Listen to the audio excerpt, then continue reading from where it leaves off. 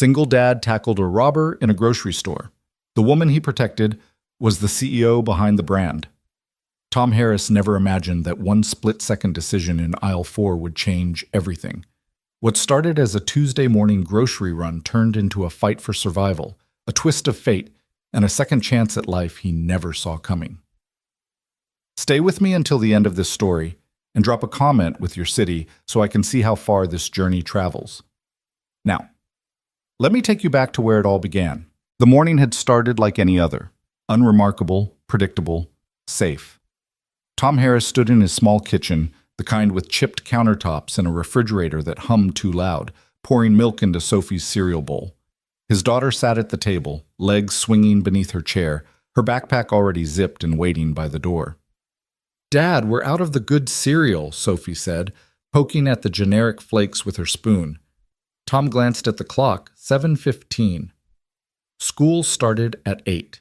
He had exactly 45 minutes to drop her off, grab something decent for breakfast, and make it to his shift at the warehouse. The math was tight, but doable. "We'll stop at Green Mart on the way," he said, rinsing his coffee mug in the sink. 5-minute stop, in and out. Sophie grinned, the gap where her front tooth used to be making her look even younger than 8.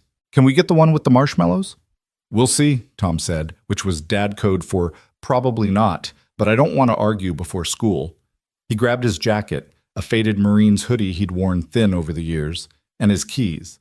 The morning air was crisp when they stepped outside, the kind of cool that promised a warm afternoon. The neighborhood was quiet, rows of modest homes with chain-link fences and cars that had seen better days. It wasn't much, but it was theirs. Sophie climbed into the back seat of his old Chevy pickup, buckling herself in without being asked. Tom caught her eye in the rearview mirror and felt that familiar tug in his chest, the one that reminded him he was doing this alone, and that every decision mattered twice as much because of it. "You excited about the field trip on Friday?" he asked, pulling onto the main road. "Yeah, we're going to the Science Museum. Mrs. Patterson said we get to see real dinosaur bones." "That's awesome, kiddo. Are you going to be able to come?" Tom's jaw tightened. He'd requested the day off 2 weeks ago, but his supervisor had been vague about approving it. The warehouse job paid just enough to cover rent, groceries, and the occasional emergency, but it didn't come with flexibility. "I'm working on it," he said. Sophie didn't push. She'd learned not to. Green Mart appeared on the left, a mid-sized grocery store with a green and white awning and a parking lot that was half full. Tom pulled into a spot near the entrance, killed the engine, and turned to Sophie. "Quick trip, okay? No wandering." "Okay, Dad." The automatic doors slid open with a mechanical hiss. Inside, the store smelled like fresh bread and floor cleaner. Fluorescent lights buzzed overhead, casting everything in that sterile grocery store glow. A handful of customers moved through the aisles, a woman with a baby in a cart, an older man reading the back of a soup can, a teenager stocking shelves. Tom grabbed a basket and made a beeline for aisle 9. Sophie trotted beside him, her sneakers squeaking on the linoleum. "There," she said, pointing at the brightly colored boxes of cereal on the top shelf. "The one with the unicorn." Tom reached up and grabbed it, tossing it into the basket, along with a gallon of milk and a loaf of bread. Simple, efficient, exactly the kind of errand that shouldn't take more than 10 minutes. They headed toward the checkout lanes. Only 2 were open. Tom picked the shorter line, 3 people ahead of them. Sophie leaned against the cart divider, humming a song she'd learned in music class. That's when Tom noticed the woman. She stood 2 lanes over, waiting with a small basket of her own. She was dressed sharply, too sharply for a Tuesday morning grocery run. White blazer, tailored black pants, heels that clicked softly when she shifted her weight. Her dark hair was pulled back in a sleek ponytail, and she carried herself with the kind of confidence that came from years of knowing exactly who she was. Tom didn't think much of it. People dressed however they wanted. Maybe she had a meeting after this. Maybe she just liked looking put together. It wasn't his business. The line moved. Tom set the basket on the conveyor belt. The cashier, a young woman with braces and a name tag that read Jenna, started scanning items. "Find everything okay?" Jenna asked, her voice cheerful in that retail-mandated way. "Yeah, thanks," Tom said. Sophie tugged on his sleeve. "Dad, can I get gum?" "Not today, Soph. But not today. She huffed, but didn't argue further. Tom pulled his wallet from his back pocket, counting the bills inside. $43 until Friday. Enough for gas and maybe one more grocery run if he stretched it. That's when the glass shattered. The sound was so sudden, so violent, that for a moment Tom's brain couldn't process it. It was like the world had split open. Customers screamed. Jenna stumbled backward, knocking over a display of candy bars. Tom's head snapped toward the entrance. A man in a black ski mask stood just inside the doorway, one hand gripping a crowbar, the other holding a semi-automatic pistol. His chest heaved, his movements jittery, like he was running on adrenaline and something else, something chemical. "Everybody down, now!" the man shouted, his voice cracking. "On the ground! Hands where I can see them!" The store erupted into chaos. Shoppers dropped to the floor, some scrambling behind shelves, others freezing in place. The teenager stocking shelves bolted toward the back of the store. The older man near the soup cans pressed himself flat against the tile, hands over his head. Tom's training kicked in before his conscious mind could catch up. He'd been a Marine for 6 years, served 2 tours overseas. Seen things that still woke him up at night, drenched in sweat, reaching for a weapon that wasn't there. That part of his life was supposed to be over. He was a dad now, a civilian. But the instincts didn't die. They hibernated. And now they roared awake. Tom's first thought was Sophie. He turned, grabbed her by the shoulders, and pulled her down behind the checkout counter. She was trembling, her eyes wide with terror. "Dad!" "Shh," Tom whispered, pressing a finger to his lips. "Stay here. Don't move. Don't make a sound." "I'm scared." "I know, baby. I know. But you need to stay quiet. Can you do that for me?" Sophie nodded, tears streaming down her cheeks. Tom's heart was a war drum in his chest. He peered around the edge of the counter, assessing the situation.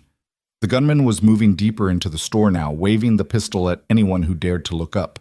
He was rail-thin, his movements erratic. Addict, Tom thought. Desperate, unpredictable. "Where's the manager?" the man screamed. "I want the manager! Open the safe! Open it now or I start shooting!" Jenna whimpered, her hands shaking as she slowly raised them. "Please," she whispered. "Please don't—" "Shut up," the gunman barked, swinging the pistol toward her. Tom's muscles tensed. Every instinct told him to stay down, to protect Sophie, to wait for the police. But then he saw the woman in the white blazer. She was still standing. Maybe she'd frozen. Maybe she hadn't processed what was happening, but she was upright, visible, and the gunman was looking right at her. "You!" the man said, stalking toward her. "Yeah, you in the fancy clothes. Bet you got money. Hand over your purse. Now." The woman's voice was calm, too calm. "I don't want any trouble." "Then give me the damn purse." She reached for her bag slowly, carefully, like she was trying not to spook a wild animal, but her hands were shaking. The gunman grabbed her by the arm, yanking her forward. The woman gasped, stumbling in her heels. And that's when something inside Tom snapped. He didn't think. Thinking got you killed. He moved. Tom launched himself from behind the counter, his body low, his weight centered. The gunman's back was turned. 3 seconds. That's all Tom had. 2 seconds. 1. Tom's shoulder slammed into the gunman's ribs with the force of a freight train. The 2 men crashed into a shelf stacked with canned goods. Soup cans exploded across the floor, rolling in every direction. The gun flew from the man's hand, skittering across the tile like a deadly top. "Get down!" Tom roared at the woman. She didn't need to be told twice. She dropped to the floor, dragging her purse with her. The gunman thrashed beneath Tom, clawing at his face, his jacket, anything he could reach. Tom pinned him with one knee, grabbing the man's wrists and slamming them against the tile. "Stay down," Tom growled. The man bucked, trying to throw him off, but Tom had 50 pounds on him and years of training. He twisted the man's arm behind his back, pressing his face into the floor. "Someone call 911!" Tom shouted. Jenna was already on the phone, her voice high and breathless. Yes, there's a robbery. Green Mart on 5th. Please hurry." The gunman spat a string of curses, still struggling. Tom pressed harder, his knee digging into the man's spine. "Stop moving or I'll make it hurt worse," Tom said, his voice cold. The man went still. Tom's hands were shaking now, adrenaline flooding his system. His knuckles were bleeding. He'd scraped them on the tile during the tackle, but he didn't feel the pain. Not yet. Sirens wailed in the distance, growing louder. Tom glanced back toward the checkout counter. Sophie was still there, peeking around the edge, her face pale but unharmed. "You okay, kiddo?" Tom called. Sophie nodded, tears streaming down her face. "Good girl, stay there." The woman in the white blazer was sitting up now, her back against a shelf, her breathing ragged. She stared at Tom like she couldn't quite believe what had just happened. "Are you hurt?" Tom asked. She shook her head, her voice barely a whisper. "No, I'm fine." "Good. Stay down until the cops get here." The sirens were deafening now. Red and blue lights flashed through the store's front windows. Car doors slammed, boots pounded against pavement. "Police, hands where we can see them." Tom raised one hand, keeping the other pressed against the gunman's back. "He's secured. Guns on the floor to my left." Two officers rushed in, weapons drawn. One of them kicked the pistol away while the other moved toward Tom. "Let him go, sir. We've got him." Tom released his grip and stood, his legs unsteady. The officers hauled the gunman to his feet, snapping handcuffs around his wrists. The man was still cursing, still struggling, but it was over.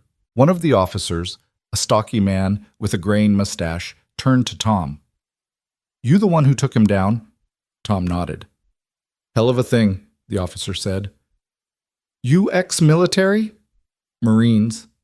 "Figures." The officer looked past Tom toward the woman in the white blazer. She was standing now, brushing dust off her pants. "Ma'am, are you injured?" "No," she said, her voice steadier now. "Thanks to him." She walked toward Tom, her heels clicking softly. Up close, Tom could see the fear still lingering in her eyes, the way her hands trembled even as she tried to compose herself. "You saved my life," she said, her voice cracking. I don't even know your name." "Tom Harris." "Charlotte," she said. "Charlotte Wynne." She extended her hand. Tom shook it, his palm rough against her smooth skin. "Just did what anyone would do," Tom said, suddenly aware of the crowd staring at them. "No," Charlotte said firmly. "Not anyone. Most people would have stayed down. You didn't." Tom felt heat rise to his face. He wasn't good with compliments. Never had been. "I need to check on my daughter," he said, pulling his hand away. "Of course," Charlotte said quickly. "Of course. Thank you. Really." Tom nodded and turned back toward the checkout counter. Sophie was already running toward him, her small arms wrapping around his waist. Dad, you were so brave." Tom knelt down, pulling her into a tight hug. "You okay, Soph?" "I was scared," she whispered. "I know, me too." "But you stopped him." "Yeah, I did." Sophie pulled back, looking up at him with wide eyes. "Are we still going to school?" Tom laughed, a short, breathless sound. "Yeah, kiddo, we're still going to school." He stood, taking her hand. The store was still buzzing with activity, paramedics checking on customers, officers taking statements, employees trying to make sense of the wreckage. Tom just wanted to leave, to get Sophie somewhere safe, to pretend this morning had never happened, but as he walked toward the exit, he felt Charlotte's eyes on him. He glanced back. She was standing near the shattered entrance, talking to one of the officers, but her gaze was fixed on Tom. There was something in her expression, gratitude, yes, but something else too. Something Tom couldn't quite name. He gave her a small nod, then led Sophie out into the parking lot. The cool morning air hit him like a slap, grounding him. His hands were still shaking. His shirt was torn at the shoulder. His knuckles were bleeding. But Sophie was safe. That was all that mattered. Tom opened the truck door and helped Sophie into the back seat. She was quiet now, staring out the window. "Dad?" she said softly. "Yeah?" "That lady, the one you saved, she seemed really important." Tom started the engine. "Maybe." "Do you think we'll see her again?" Tom glanced in the rearview mirror, catching Sophie's reflection. "I don't know, kiddo. Probably not." He pulled out of the parking lot, leaving Greenmart behind. He had no idea how wrong he was. The rest of that Tuesday passed in a blur of paperwork and phone calls Tom didn't want to make. After dropping Sophie at school, 20 minutes late, with a hastily scribbled note explaining the delay, he'd driven straight to the police station to give his official statement. The detective assigned to the case, a woman named Martinez with sharp eyes and a no-nonsense demeanor, had walked him through the incident 3 times, asking him to recall details he hadn't consciously registered. The color of the gunman's shoes, the exact words he'd shouted, whether anyone else had been in the store who might have fled before police arrived. Tom answered as best he could, but his mind kept drifting back to Sophie's face when she'd wrapped her arms around him, the way her voice had trembled when she'd said she was scared. He'd promised himself years ago, after leaving the Marines, that he'd never put her in danger. And yet this morning, she'd been 10 feet away from a loaded weapon. "Mr. Harris?" Tom blinked, refocusing on Detective Martinez. "Sorry, what?" "I asked if you'd ever seen the suspect before today." "No, never." Martinez nodded, making a note on her tablet. "The store's security footage confirms your account. Clean takedown. Textbook, actually. You probably saved lives today." Tom shifted in his chair.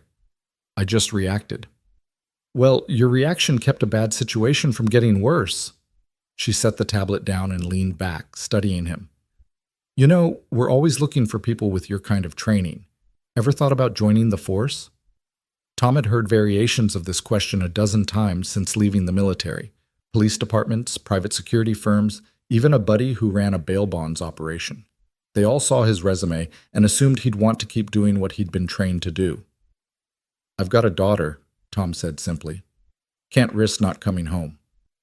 Martinez's expression softened. "Fair enough." She stood, extending her hand. "You're free to go. We'll be in touch if we need anything else, but I don't anticipate that. The suspect's got priors for armed robbery. This is pretty open and shut." Tom shook her hand and left, stepping out into the afternoon sunlight. His truck was parked across the street, looking even more battered in the harsh daylight. He climbed in, started the engine, and just sat there for a moment, hands on the wheel, staring at nothing. His phone buzzed. A text from his supervisor at the warehouse. "Heard about this morning? You okay?" Tom typed back, "Yeah, be there for night shift." The response came immediately. "Take the night off. See you tomorrow." Tom should have felt relieved. Instead, he felt restless. The adrenaline from the morning had worn off, leaving him hollowed out and jittery. He drove to Sophie's school and parked across the street, even though dismissal was still 2 hours away. He just needed to be close to her, to know she was safe behind those brick walls and chain-link fences. His phone rang. Unknown number. Tom almost didn't answer, but something made him hit the green button. "Hello? Mr. Harris?" A woman's voice, professional and polite. "This is Amanda Cho calling from Wynn Foods' corporate office. I'm Ms. Wynn's executive assistant." Tom sat up straighter. "Okay. Ms. Wynn wanted me to reach out personally to thank you again for your actions this morning. She's extremely grateful." "That's not necessary," Tom said. "Really?" She insisted. There was a pause, the sound of papers shuffling. "She'd also like to invite you and your daughter to dinner this Friday evening, if you're available. Her treat, of course. She'd like to properly thank you both." Tom frowned. "That's really not—" "She was very clear that she wouldn't take no for an answer," Amanda said, a hint of amusement in her voice. "And between you and me, Mr. Harris, when Ms. Wynn makes up her mind about something, it's easier to just say yes." Tom rubbed his face. He didn't want dinner. He didn't want thanks. He just wanted this whole thing to fade into the background so he could get back to the quiet, unremarkable routine that kept Sophie safe and fed. But something in Amanda's voice told him that declining would take more energy than accepting. "Friday works," he said finally. "Wonderful. I'll text you the details. And Mr. Harris, thank you. What you did today, it matters more than you know." The call ended. Tom stared at his phone, wondering what he'd just agreed to. Friday arrived faster than Tom would have liked. He'd spent the intervening days trying to act normal, making Sophie's lunch, working his shifts at the warehouse, helping her with homework at the kitchen table, but the incident at Green Mart kept creeping back into his thoughts. He'd wake up at 3 in the morning, heart pounding, replaying the moment the gun had skittered across the tile. What if it had gone off? What if the gunmen had been faster, stronger, more desperate? "Dad, you're doing it again," Sophie said from across the table. Tom looked up from the math worksheet they were reviewing. "Doing what?" "Staring at nothing. You've been weird all week." "I'm not weird. You are. Ever since the store thing." Tom set down his pencil. Sophie was watching him with those sharp, knowing eyes, the same eyes her mother had. She saw more than most 8-year-olds always had. Growing up without a mom did that to a kid, made them perceptive in ways they shouldn't have to be. "I'm fine, Soph," Tom said. "Just thinking." "About the bad guy?" "A little." Sophie chewed her bottom lip. "Mrs. Patterson says we should talk about scary things when they happen. She says keeping them inside makes them bigger." Tom felt a pang in his chest. When had his daughter gotten so wise? "You're right," he said. We should talk about it. Are you still scared?" Sophie considered this.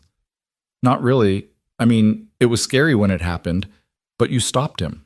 So now I just feel, I don't know, kind of proud, I guess." "Proud?" "That you're my dad." She smiled, that gap-toothed grin that could break his heart and put it back together in the same moment. "You're like a superhero." Tom reached across the table and squeezed her hand. "I'm not a superhero, kiddo. I'm just your dad." "Same thing," Sophie said. That night, Tom pulled out the only dress shirt he owned, a blue button-down he'd bought for a cousin's wedding 3 years ago, and tried to remember the last time he'd been to a nice restaurant. Sophie wore her Sunday dress, the yellow one with the white flowers, and insisted on wearing her light-up sneakers even though Tom suggested her nicer shoes. "Miss Wynne won't care about my shoes," Sophie said confidently. "You don't even know Ms. Wynne." "Yeah, but she's nice. I can tell." Tom didn't argue. They climbed into the truck and headed downtown, following the GPS directions Amanda had texted him. The restaurant was called Artisan, one of those places with a name that didn't explain what kind of food they served, and prices that probably didn't appear on the menu. Tom pulled up to the valet stand and hesitated. "You need valet parking, sir?" a young man in a black vest asked, approaching the driver's side window. Tom glanced at his truck. The dented bumper, the rust spot on the door, the check engine light that had been on for 6 months. Yeah, thanks." He helped Sophie out and handed the keys to the valet, who gave the truck a polite smile that didn't quite hide his surprise. Tom straightened his shirt, took Sophie's hand, and walked through the glass doors into a world that felt nothing like his own. The interior was all dark wood and soft lighting, with tables spaced far enough apart that conversations remained private. A piano played somewhere in the background, the melody smooth and unobtrusive. Well-dressed couples sipped wine and murmured over plates of food Tom couldn't identify. A hostess approached, clipboard in hand. "Good evening. Do you have a reservation?" "Harris, we're meeting Charlotte Wynne." The hostess's professional smile brightened. "Of course, Ms. Wynne is already here. Right this way." She led them through the dining room to a corner booth near the windows. Charlotte stood as they approached, and Tom felt that same jolt of recognition from the grocery store, the put-together elegance, the sharp intelligence in her eyes. But tonight, she looked different, softer somehow. She wore a simple black dress instead of her usual business attire, and her hair fell loose around her shoulders. "Tom," she said warmly, extending her hand. "Thank you so much for coming." "Thanks for inviting us," Tom said, shaking her hand. He gestured to Sophie. "This is my daughter, Sophie." Charlotte knelt down to Sophie's level, her smile genuine. "Hi, Sophie. I've heard you were very brave on Tuesday." Sophie tucked herself against Tom's side, suddenly shy. "I just did what Dad said." "That's still brave," Charlotte said. She straightened and gestured to the booth. "Please sit. Order anything you want. Tonight's on me." They slid into the booth, Tom positioning himself so Sophie was between him and the window. A waiter appeared immediately, reciting specials Tom barely understood, words like reduction and aioli and sous vide. Tom glanced at Sophie, who looked equally lost. "The chicken parmesan is excellent," Charlotte offered. "Very kid-friendly." Sophie perked up. "I like chicken." "Then that's what you should get," Charlotte said. Tom ordered the same, not trusting himself to pronounce half the items on the menu. Charlotte ordered something with lamb and rosemary, along with a bottle of wine for herself and sparkling water for the table. When the waiter left, an awkward silence settled over the table. Tom wasn't good at small talk, never had been. Charlotte seemed to sense this and jumped in. "So, Sophie," she said, "what grade are you in?" "Third," Sophie said, gaining confidence. "I'm 8. "Third grade. That's a good year. What's your favorite subject?" "Science. We're learning about the solar system." "That's wonderful. Do you have a favorite planet?" "Saturn. Because of the rings." Charlotte smiled. "Saturn's a great choice. When I was your age, I loved Jupiter because of the great red spot. It seems so mysterious." Sophie's eyes widened. "Do you like space?" "I do. I actually wanted to be an astronaut when I was younger." "Really? What happened?" Charlotte laughed. "I discovered I got motion sickness very easily. Turns out that's not ideal for space travel." Sophie giggled, and Tom felt something in his chest loosen. Charlotte was good with kids, natural in a way that didn't feel forced or condescending. She asked Sophie about her teachers, her friends, her favorite books, and listened to the answers like they mattered. The food arrived, and for a while they ate in companionable silence. Tom had to admit the chicken parmesan was the best he'd ever tasted. Sophie devoured hers, pausing only to tell Charlotte about the field trip to the science museum she was excited about. "That sounds amazing," Charlotte said. "Are you going with her, Tom?" Tom set down his fork. "I'm trying. Work's been complicated." Charlotte's expression shifted, something sharp and assessing flickering behind her eyes. "Where do you work?" "Warehouse on the east side. Night security." "Do you like it?" Tom shrugged. "It pays the bills." "That's not what I asked." Tom met her gaze. There was no judgment there, just curiosity. "No," he said honestly. "I don't like it. But it's what's available for someone with my background and my schedule." "Your background being military?" "Marines. 6 years." Charlotte nodded slowly. "And you left because—" Tom glanced at Sophie, who was focused on cutting her chicken into precise squares. "Because I became a single dad," he said quietly, "and deployments don't exactly work with custody arrangements." Understanding flickered across Charlotte's face. She didn't ask about Sophie's mother, didn't press for details Tom wasn't ready to share. She just nodded and said, "That must have been a difficult choice." "It was the only choice." The waiter returned to clear their plates and offer dessert. Sophie's eyes lit up when she heard the word chocolate lava cake, and Charlotte ordered one for them to share. When the waiter left, Charlotte leaned back in the booth, studying Tom with an intensity that made him uncomfortable. "Can I ask you something?" she said. "Sure." "Why did you tackle that man on Tuesday?" Tom frowned. "Because he had a gun." "A lot of people see guns and stay down. It's the smart thing to do. So why didn't you?" Tom was quiet for a moment, choosing his words carefully. "I spent 6 years being trained to run toward danger instead of away from it. That doesn't just turn off when you come home. And when I saw him grab you—" He trailed off, shaking his head. "I couldn't just watch." "Even though you had Sophie with you?" "Especially because I had Sophie with me. What kind of man would I be if I taught her to stand by while someone else got hurt?" Charlotte's expression softened.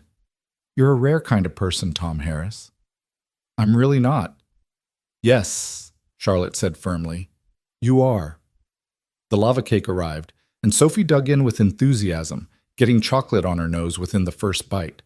Charlotte laughed, and Tom found himself smiling despite the strange weight of the conversation. "I want to tell you something," Charlotte said, her tone shifting to something more serious, "about who I am." Tom wiped Sophie's face with a napkin. "You already told me, Charlotte Wynn."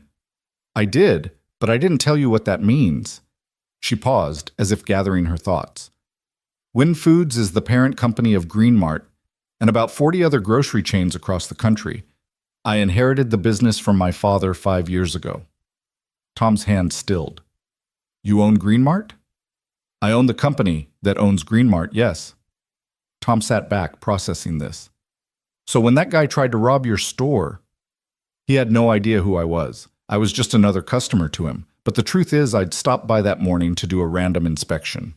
It's something I do a few times a month, show up unannounced, walk the aisles, talk to employees. I like to see my stores the way customers see them." "That's why you were dressed so nice. For the inspection." "Exactly." Charlotte picked up her water glass, turning it slowly in her hands. I've been thinking about Tuesday all week, Tom, about what could have happened if you hadn't been there. That man was high on something. The police confirmed it. He was unstable, unpredictable.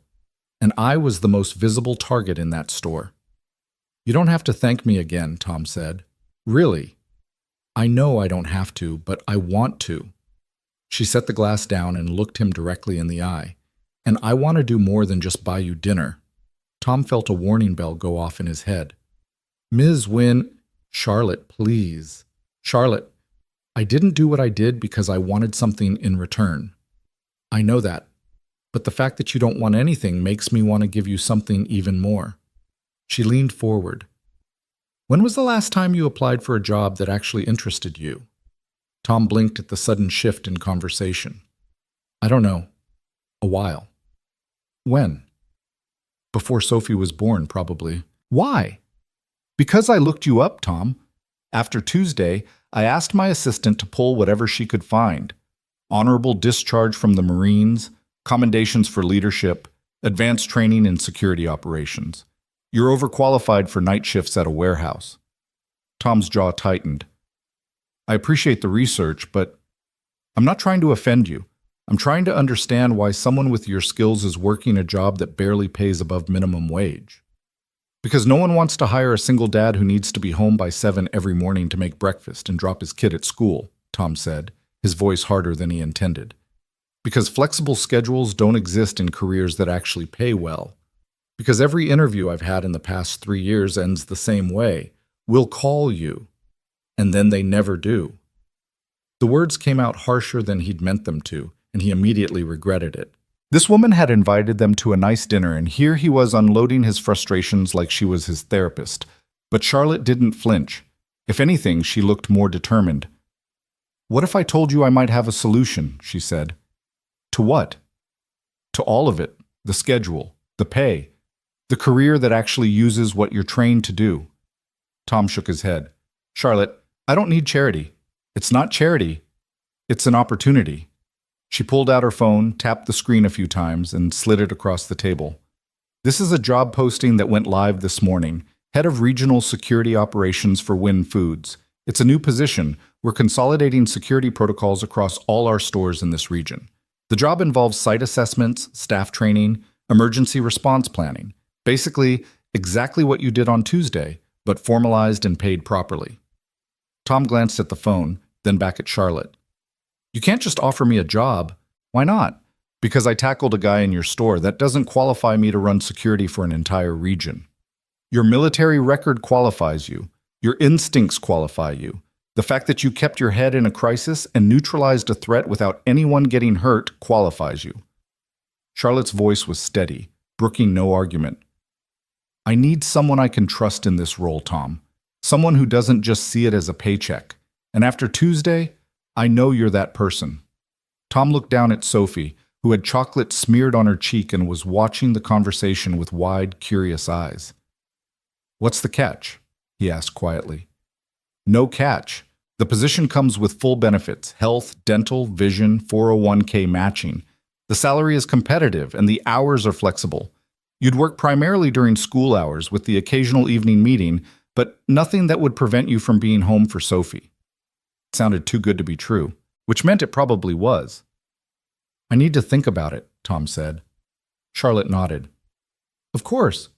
Think about it over the weekend. But Tom, I want you to really consider this, not as a favor, not as charity, but as a legitimate opportunity that you've earned.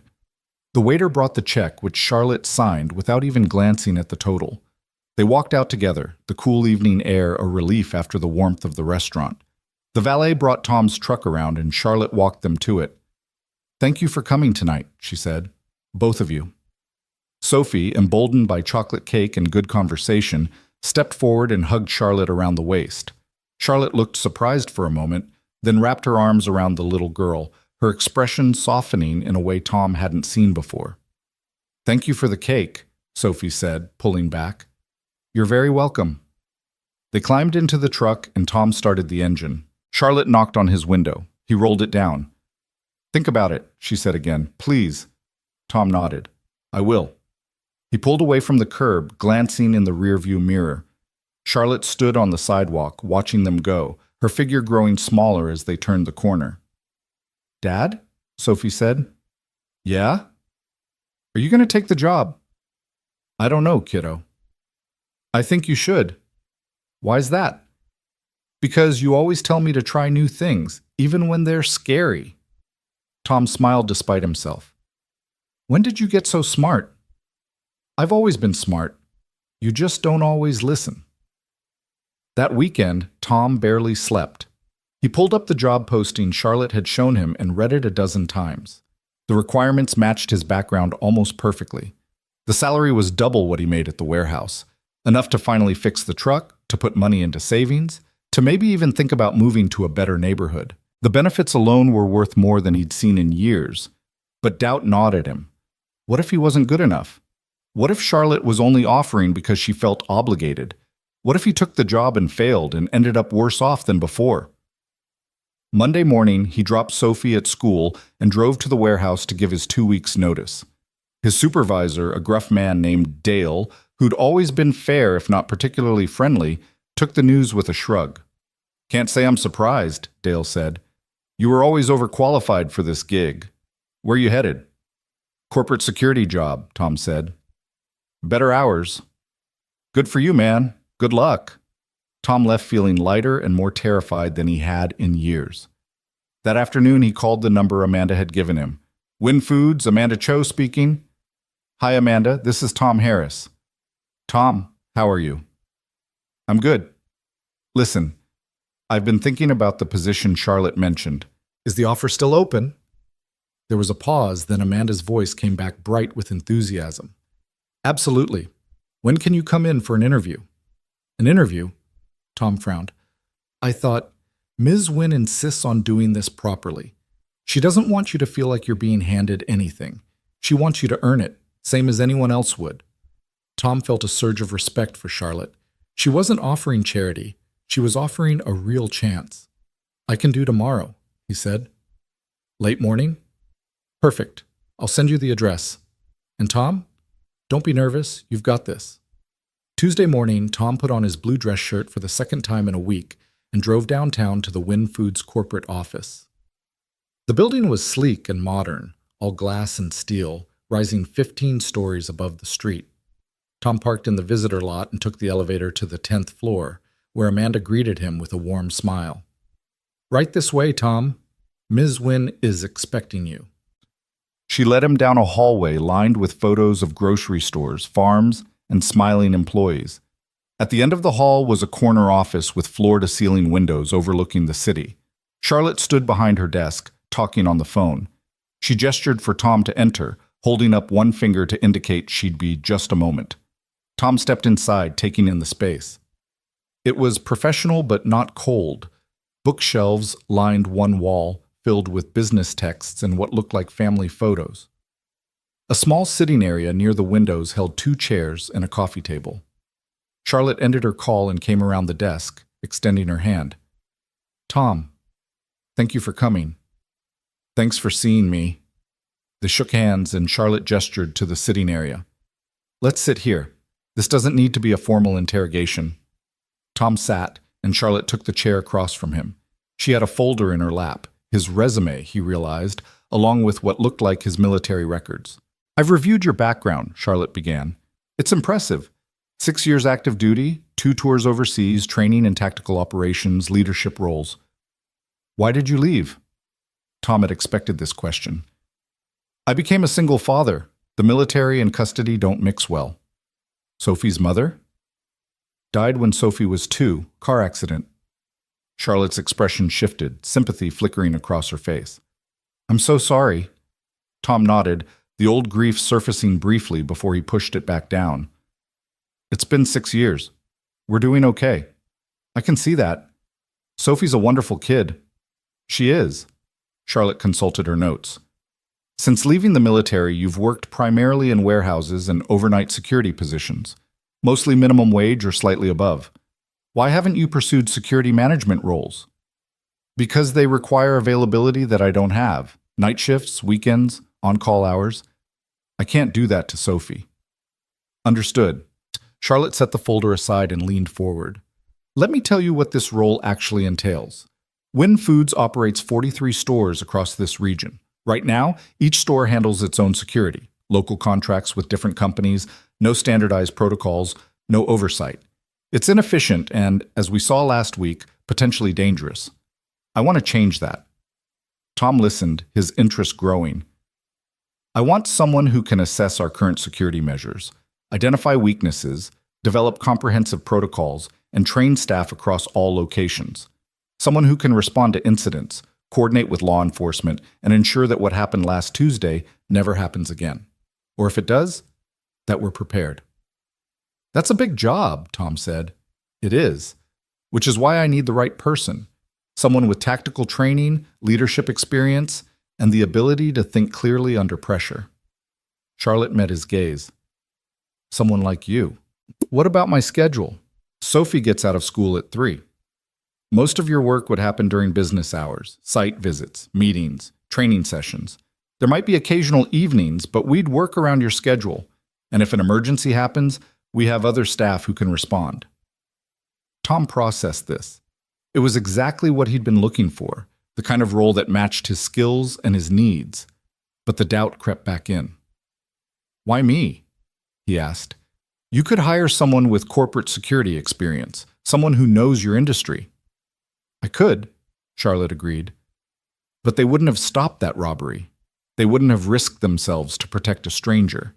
This job isn't just about writing protocols and conducting audits, Tom. It's about genuinely caring whether people are safe, and you've already proven you do. Tom was quiet, weighing his options. This was the chance he'd been waiting for, a real career, stability for Sophie, a future that didn't involve counting pennies until the next paycheck. When would I start? He asked. Charlotte's face broke into a smile. Is that a yes? It's a yes.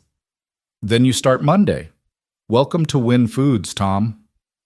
They shook hands again, and this time Tom felt the weight of the moment, the shift from one life to another, from survival mode to something more. Charlotte walked him to the door, promising that Amanda would send over all the paperwork. Tom, Charlotte said as he was leaving. He turned. Thank you for taking a chance on this. And on me. I think it's the other way around, Tom said. Maybe it's both. Tom left the office feeling like he was walking on air. He called Sophie's school from the parking lot, asking if he could pick her up early. When he arrived, Sophie came running out, confused but excited. What's wrong? She asked, climbing into the truck. Nothing's wrong.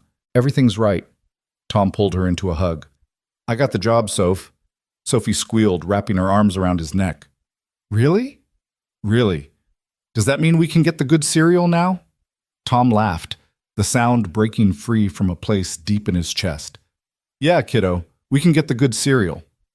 They drove to Green Mart, the same store where everything had changed a week ago. Tom parked near the entrance and they walked in together.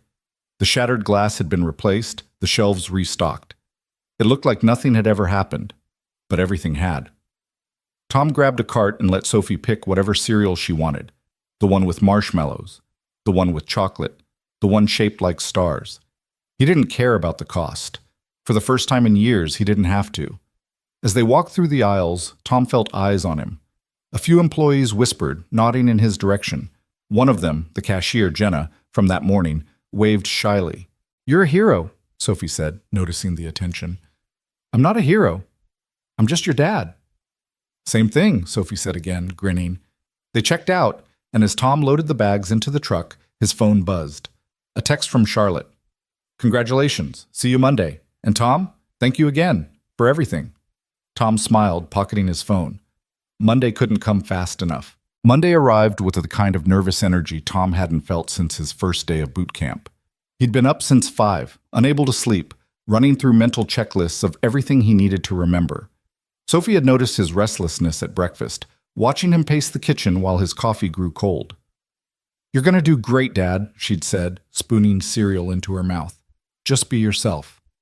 That's what I'm worried about, Tom had muttered, but he'd smiled when he said it. Now he stood in the lobby of the Win Foods building, wearing the one suit he'd bought over the weekend, charcoal gray, off the rack from a department store, but it fit well enough.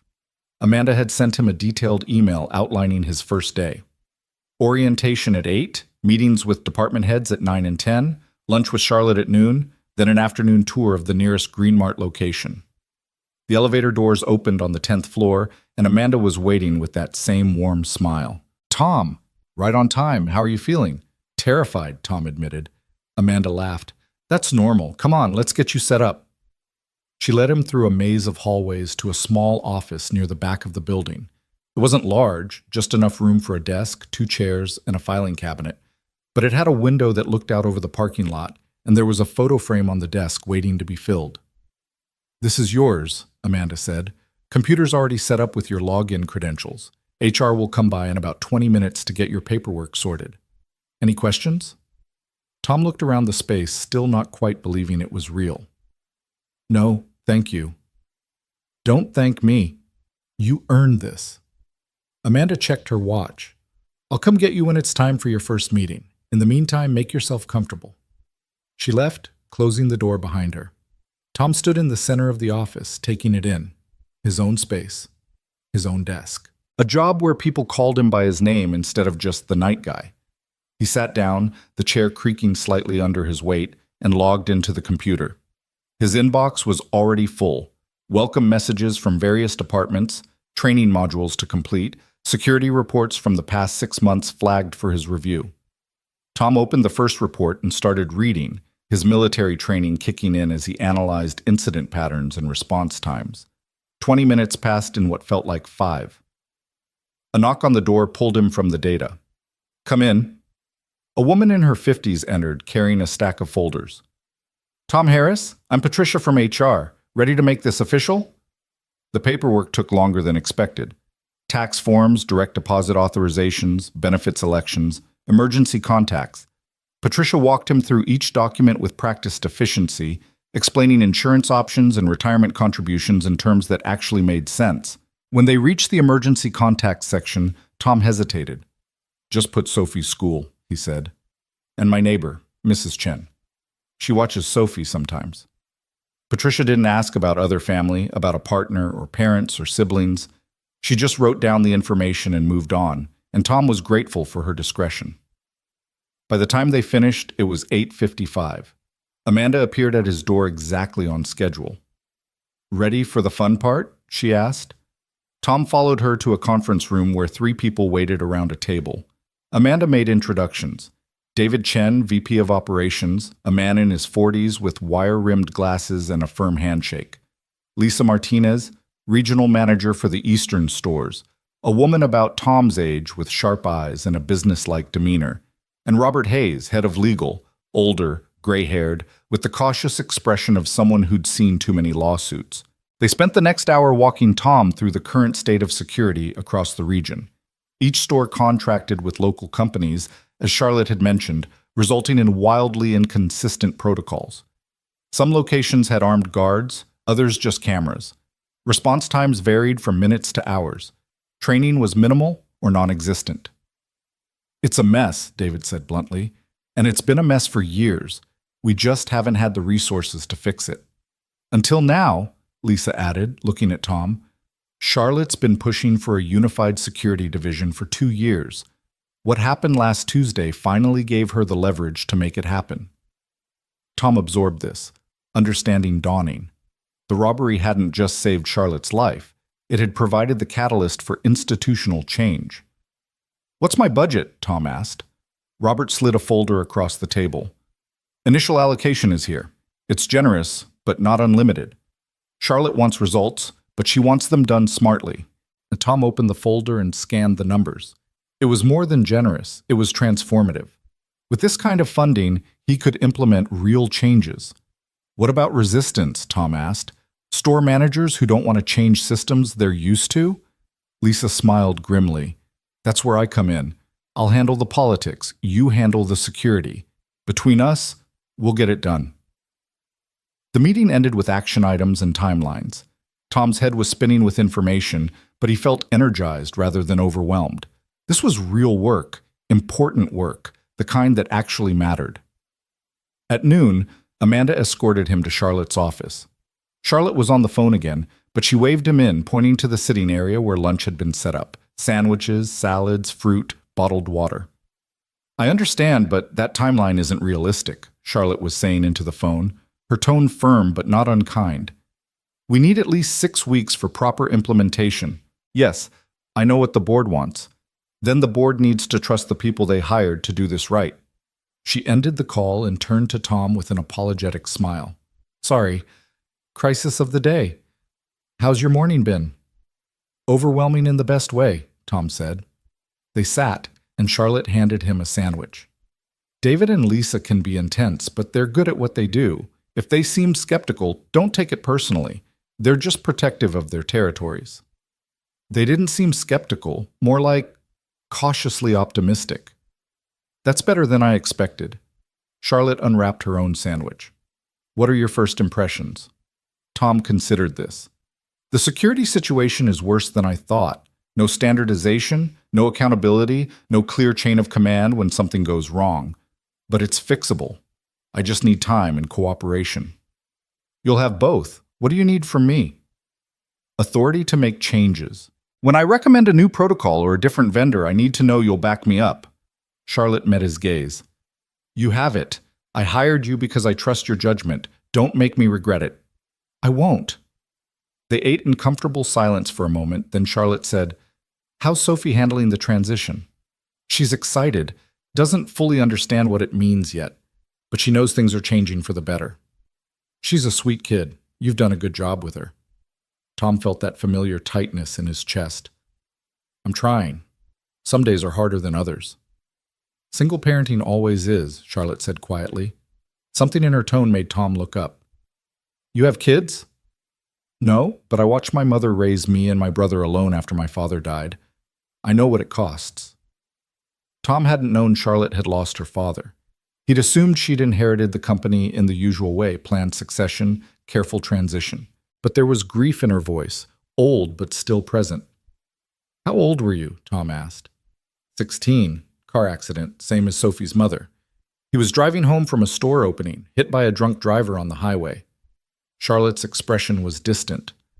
One phone call and everything changed. I'm sorry. It was a long time ago, but it shaped who I became, made me understand that every employee in this company has a life outside these walls. Families depending on them, kids who need them to come home safe.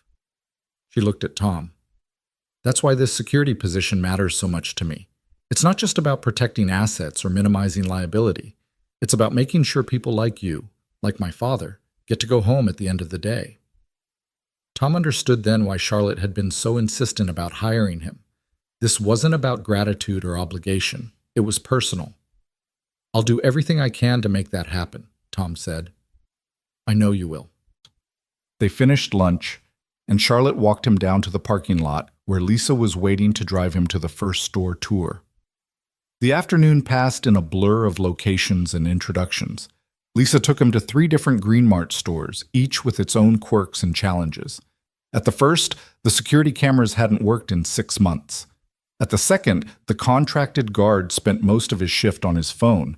At the third, there were no panic buttons for employees, no emergency protocols, no clear evacuation routes. Tom took notes on everything, his mind already formulating solutions.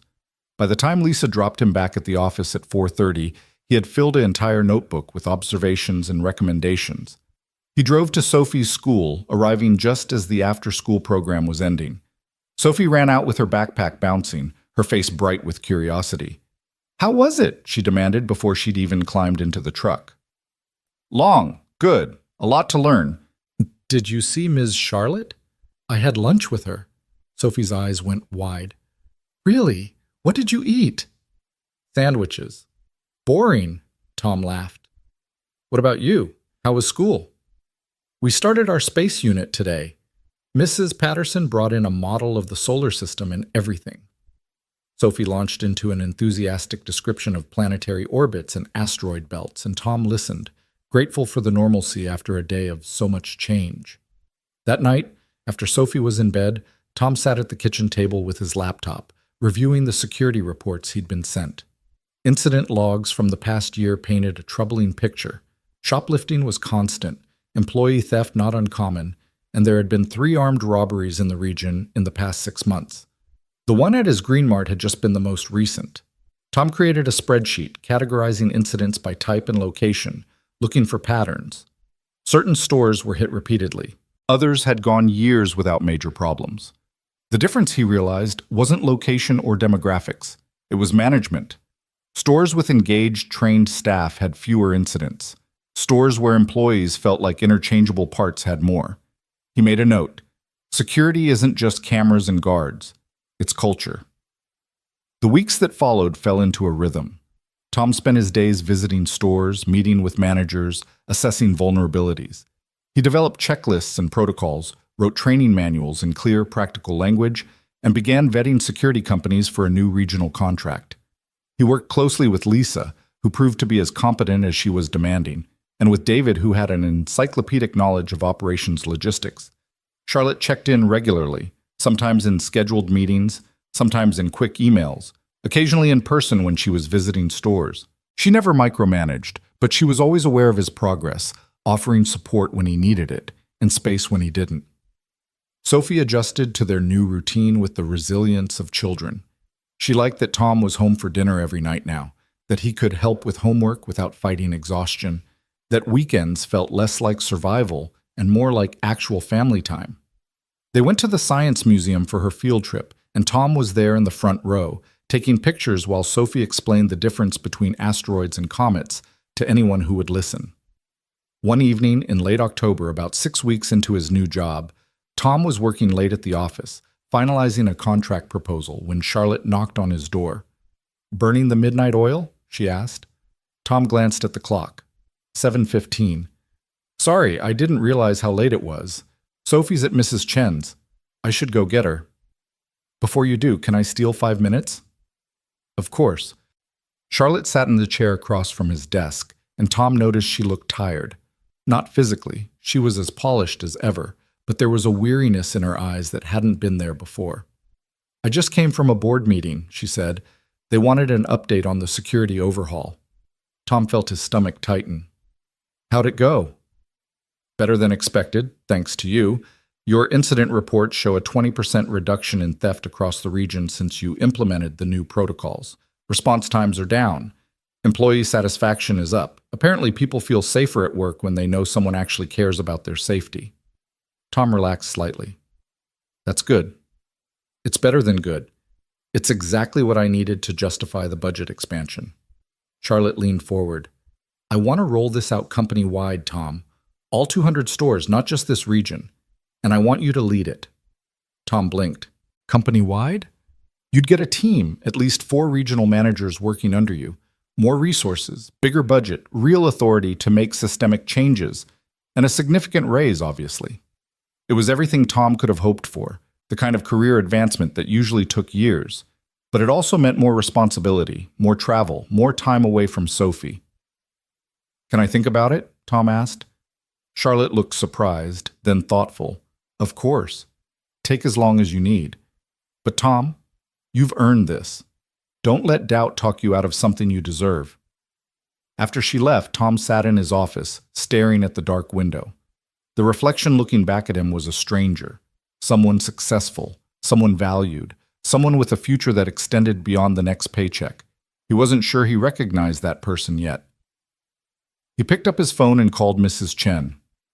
"Hi, Mrs. Chen. I'm so sorry I'm running late. I'll be there in 20 minutes. "No rush, Tom. Sophie and I are making dumplings. Take your time." When Tom arrived at Mrs. Chen's small apartment, he found Sophie at the kitchen table, carefully folding dough around filling, her tongue stuck out in concentration. Mrs. Chen, a tiny woman in her 70s who'd emigrated from Taiwan 50 years ago, supervised with gentle corrections. "Not too much filling or it will burst," Mrs. Chen was saying. "There, like that. Perfect." Sophie looked up when Tom entered. "Dad, look, I made 6 dumplings." "They're beautiful, Soph," Mrs. Chen waved him to a chair. "Sit, sit. You're just in time for dinner." Tom started to protest. He'd already imposed enough, but Mrs. Chen was already filling a bowl with steaming dumplings and setting it in front of him. The first bite transported him somewhere else entirely, the flavors complex and comforting. "Mrs. Chen, these are incredible." Old family recipe, she said, pleased. My mother taught me, I teach Sophie. This is how traditions survive.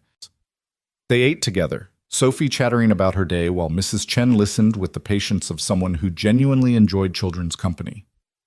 Tom felt the tension from the office slowly drain away. After dinner, Tom helped clean up while Sophie carefully packed the leftover dumplings into containers. Mrs. Chen, Tom said quietly while Sophie was distracted, can I ask you something? Of course. If you had a chance to do something really big for your career, but it meant being away from your kid more, not all the time, just more than now, would you do it? Mrs. Chen dried a plate thoughtfully. Is this hypothetical? Not entirely. Then my answer is this. Children need many things from their parents. Food, shelter, safety, these are important. But they also need to see their parents happy, fulfilled, growing. If you're miserable to give Sophie stability, she will feel that misery.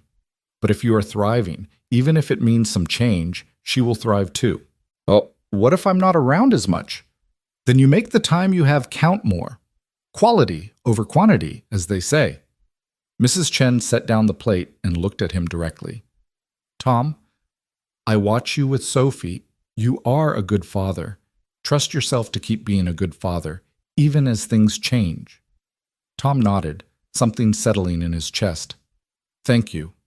No thanks needed. Now go, take your dumplings before they get cold. That weekend, Tom took Sophie to the park. Their park, the one they'd been going to since she was 3.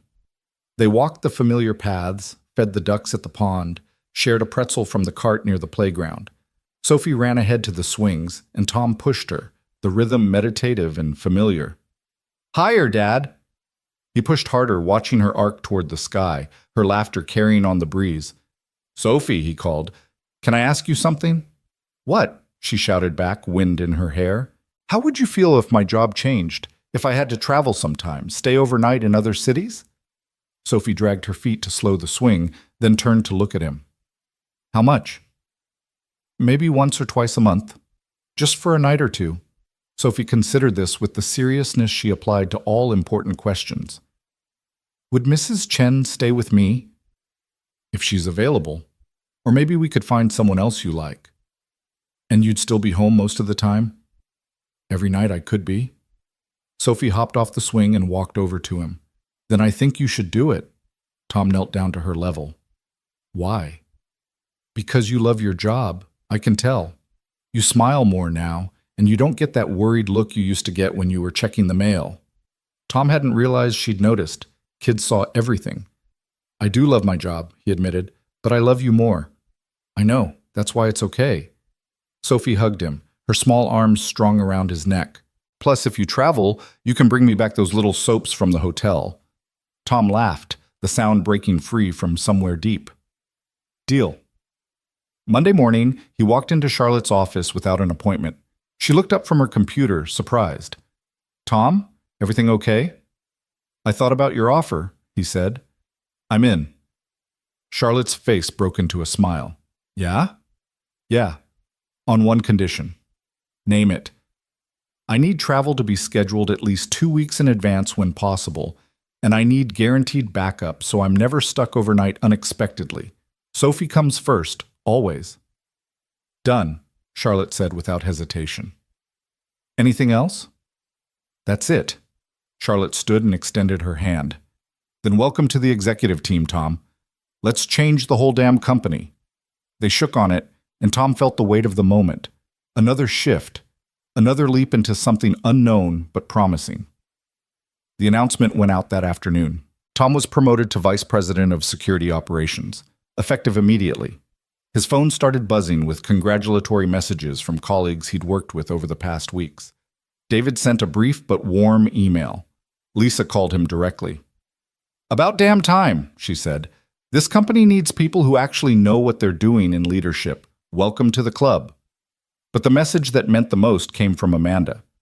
Charlotte told me the news. She made the right choice. Congratulations, Tom. Your daughter must be so proud. That evening, Tom picked up Sophie from school and drove her straight to the ice cream shop, the fancy one downtown that served sundaes in bowls the size of her head. What's the occasion? Sophie asked, eyes wide as she surveyed the menu. I got a promotion. What's a promotion?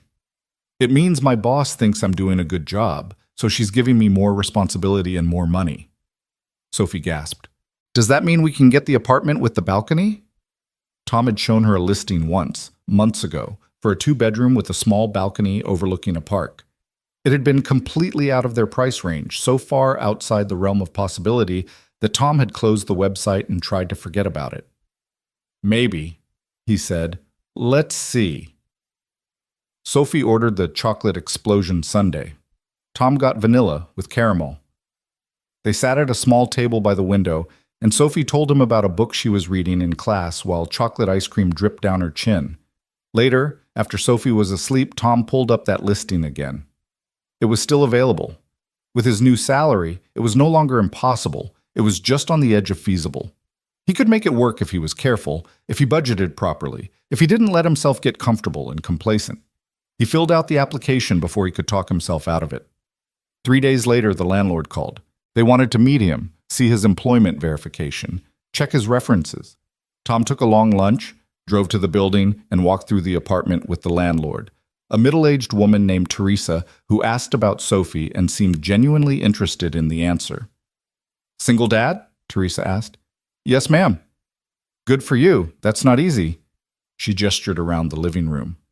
This is a quiet building, families mostly, a few retirees. We have a community garden in back if Sophie likes that sort of thing. She would, Tom said, picturing Sophie planting tomatoes or sunflowers. Then it's yours if you want it. First month and security deposit, move-in date flexible. Tom signed the lease that afternoon, still not quite believing it was real. When he picked up Sophie from school, he drove past the building and pulled over. See that window on the 3rd floor? He said, pointing. The one with the balcony? Sophie followed his finger. Yeah? That's ours now. We're moving in next month. Sophie's shriek of joy was so loud that Tom worried it might shatter the windows. She unbuckled and launched herself at him, hugging him so tight he could barely breathe. Really? For real? For real, kiddo. Can I paint my room? Any color you want. Sophie pulled back, her face serious. This is because of the job, right? Because Ms. Charlotte gave you the job? Yeah, it is. Then we should thank her. Tom smiled. Yeah, we should. That weekend, Sophie insisted on making Charlotte a thank you card. She spent hours at the kitchen table, drawing pictures of grocery stores and stick figures and stars, writing thank you for helping my dad in careful, uneven letters. Tom watched her work, marveling at her thoughtfulness, her ability to understand that someone had changed their lives and deserved recognition for it. On Monday, Tom brought the card to the office. Charlotte was in a meeting, so he left it on her desk with a brief note. From Sophie. She wanted you to know she's grateful. An hour later, Charlotte appeared at his office door, the card in her hand, her eyes suspiciously bright. This is the sweetest thing anyone's ever given me, she said. She worked hard on it. I can tell. Charlotte studied the drawing. Sophie had drawn 3 figures, one tall and one small, holding hands, and one standing nearby with a smile. Is this me? She's got you smiling. Apparently that's your defining characteristic. But throughout the day, he found himself thinking about that moment of vulnerability, the way Charlotte had held Sophie's card like it was something precious. She was lonely, he realized. Successful, powerful, respected, but lonely. And maybe, just maybe, she'd hired him for reasons that went beyond security protocols and corporate strategy. Maybe she'd seen in him and Sophie something she was missing in her own life. Tom filed that observation away, not sure what to do with it, but knowing it mattered. The weeks blurred together in a haze of productivity. Tom assembled his team, 4 strong regional managers including Lisa, who accepted the promotion with characteristic efficiency. They divided the country into territories, developed training schedules, and began the slow process of transforming 200 independent stores into a unified, secure operation. It was exhausting and exhilarating in equal measure. Tom traveled to Seattle, to Phoenix, to Boston, staying in hotels that gave him those little soaps Sophie loved, eating meals in airport restaurants, conducting meetings in conference rooms that all looked the same. But every trip ended with him coming home to Sophie, who who would run to him with stories about school and Mrs. Chen and the new apartment they were slowly settling into. The apartment had transformed their lives in ways Tom hadn't anticipated. Having space meant Sophie could have friends over. Having a balcony meant they could eat breakfast outside on sunny mornings. Having a community garden meant Sophie was learning to grow things, coming home with dirt under her fingernails and pride in her voice. They were thriving, and somewhere in the midst of all that change, Tom realized he was too. The anxiety that had dogged him for years, the constant worry about money, about whether he was doing enough, about what would happen if the truck broke down or Sophie got sick or he lost his job, had faded to background noise. He still worried because that's what parents did, but it was manageable now. Contained. Charlotte noticed. She said as much during one of their weekly check-ins in early December. "You look different," she said, studying him across her desk. "Different how?" "Lighter. Like you're not carrying the weight of the world anymore." Tom considered this. "I guess I'm not. Or at least the world feels less heavy." "Good. You deserve that." They talked business for a while, rollout timelines, budget adjustments, a minor incident at a store in Atlanta that Tom had already handled. But as the meeting wound down, Charlotte said, "Are you and Sophie doing anything for Christmas?" Tom shrugged. "Probably just us. We usually keep it low-key." "Would you be interested in not keeping it low-key this year?" Tom looked up, surprised. "What do you mean?" "I host a holiday party every year for the executive team and their families. Nothing fancy, just dinner and games and general festive chaos. I'd like you and Sophie to come." Tom hesitated. Office parties had never been his thing, and dragging Sophie to a work event felt awkward. But something in Charlotte's expression stopped him from declining outright. "Will there be other kids there?" he asked. "At least a dozen. David's got 3, Lisa's got 2, Robert brings his grandkids. It's actually more of a children's party that adults happen to attend." "Then yeah, we'll come." Charlotte smiled, and Tom noticed how that smile changed her whole face, softening the sharp edges that came with running a corporation. "Good," she said. "I'm glad." The week before Charlotte's holiday party, Tom found himself in an unfamiliar position, shopping for something to wear that wasn't work clothes or his worn Marines hoodie. Sophie had declared his usual wardrobe too boring for a fancy party, and somehow he'd let her drag him to the mall on a Saturday afternoon. "What about this one?" Sophie held up a sweater with a reindeer on it, complete with a blinking red nose. "Absolutely not. But it's festive. It's a nightmare." Tom steered her toward a more reasonable section. "How about something that doesn't require batteries?" They compromised on a dark green sweater that Sophie deemed Christmassy enough, and a new dress for her, red velvet with a white collar that made her look older than 8. Tom paid without wincing at the total, another small miracle of their new life. On the drive home, Sophie was quiet, staring out the window at the holiday lights that had started appearing on houses throughout the neighborhood. "Dad?" she said finally. "Yeah?" "Is Ms. Charlotte married?" The question came out of nowhere, and Tom nearly missed the turn. "What? No. Why?" "Just wondering. She's really pretty and nice. Seems like someone would want to marry her." Tom navigated the truck into their parking space, buying time to formulate an answer. "Being married isn't something everyone wants, Soph, and Ms. Charlotte's probably busy running her company.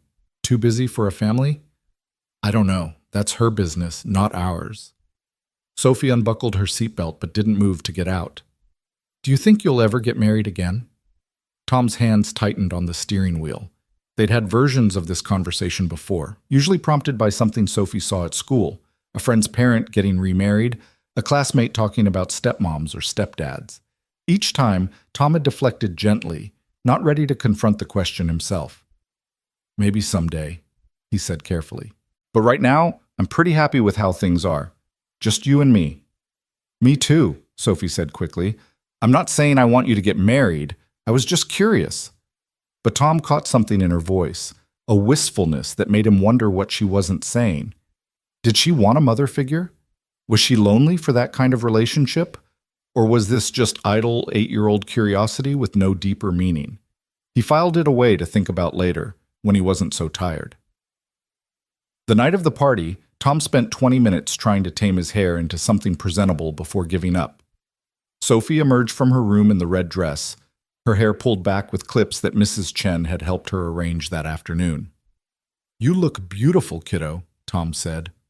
"You look handsome," Sophie replied, straightening his collar with the seriousness of a fashion consultant. They drove to Charlotte's house, not an apartment or condo as Tom had vaguely expected, but an actual house in one of the nicer suburbs north of the city. It was large but not ostentatious, a craftsman-style home with a wide porch and warm light spilling from the windows. Cars lined the street, and Tom could hear laughter and music as they approached the front door. Sophie grabbed his hand, suddenly nervous. "There's going to be a lot of people." "You'll be fine. Remember, lots of other kids." Charlotte answered the door herself, wearing a deep blue dress that was elegant without being formal.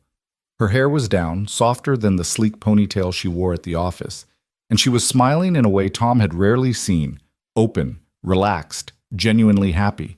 "Tom! Sophie! Come in! Come in!" She ushered them inside, taking their coats. "Sophie, that dress is stunning. You're going to make all the other kids jealous."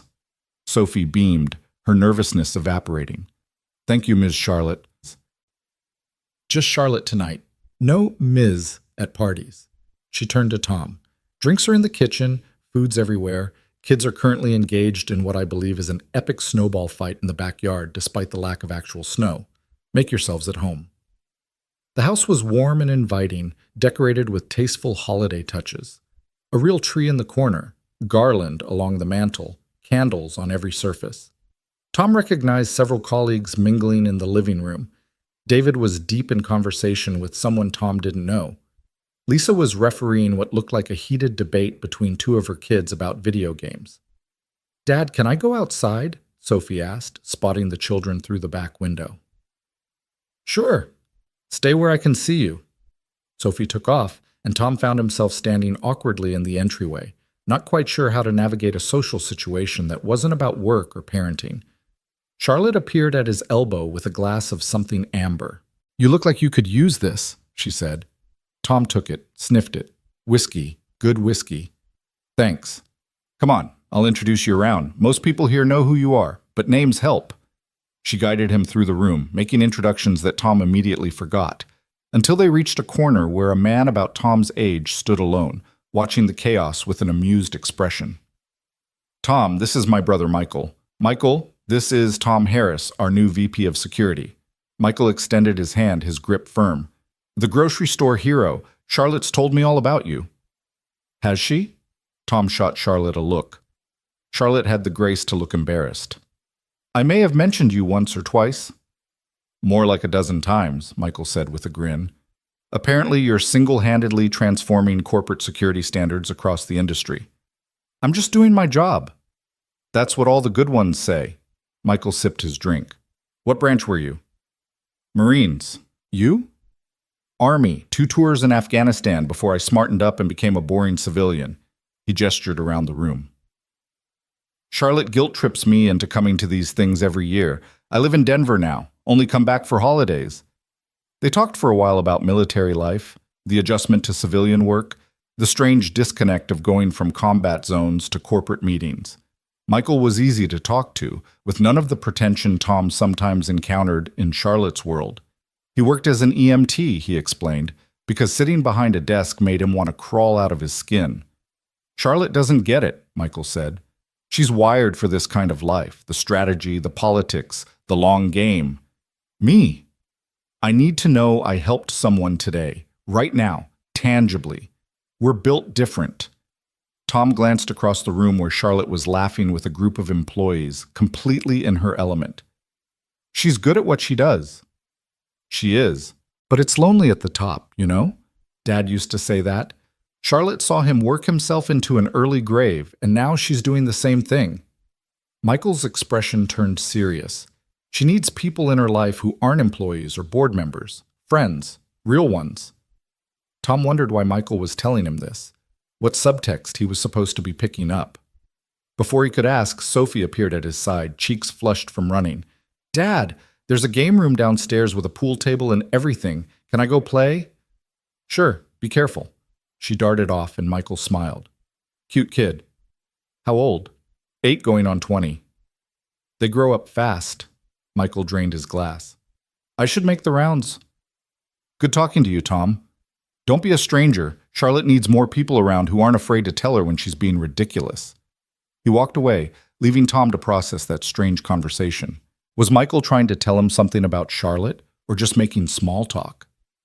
The evening progressed in a pleasant blur. Tom found himself in surprisingly comfortable conversations with people he'd only known in professional contexts. David turned out to be a passionate home brewer who spent 20 minutes describing his latest IPA experiment. Lisa's husband was a high school teacher with strong opinions about education reform. Robert, the legal head Tom had always found intimidating, showed him pictures of his grandchildren and waxed poetic about retirement plans. Dinner was a buffet-style feast: ham, turkey, sides that kept appearing from the kitchen, desserts that covered an entire table. Tom filled a plate and found a spot near the window where he could keep an eye on Sophie, who was now engaged in an intense board game with 3 other kids. Charlotte materialized beside him with her own plate. "Mind if I join you?" "It's your house." "True, but I'm trying to be polite." She sat, and they ate in comfortable silence for a moment. "So, what do you think? Too overwhelming?" "It's nice, really nice. I haven't been to something like this in, I can't remember how long." "You should come to things more often. You're part of the leadership team now. That comes with social obligations, I'm afraid." "I'm not great at social obligations." Charlotte laughed. "Could have fooled me. You've been working the room like a natural." "That's just survival instinct. Small talk is harder than combat sometimes." "I believe that." Charlotte pushed food around her plate. "Can I ask you something personal?" Tom tensed slightly. "Okay."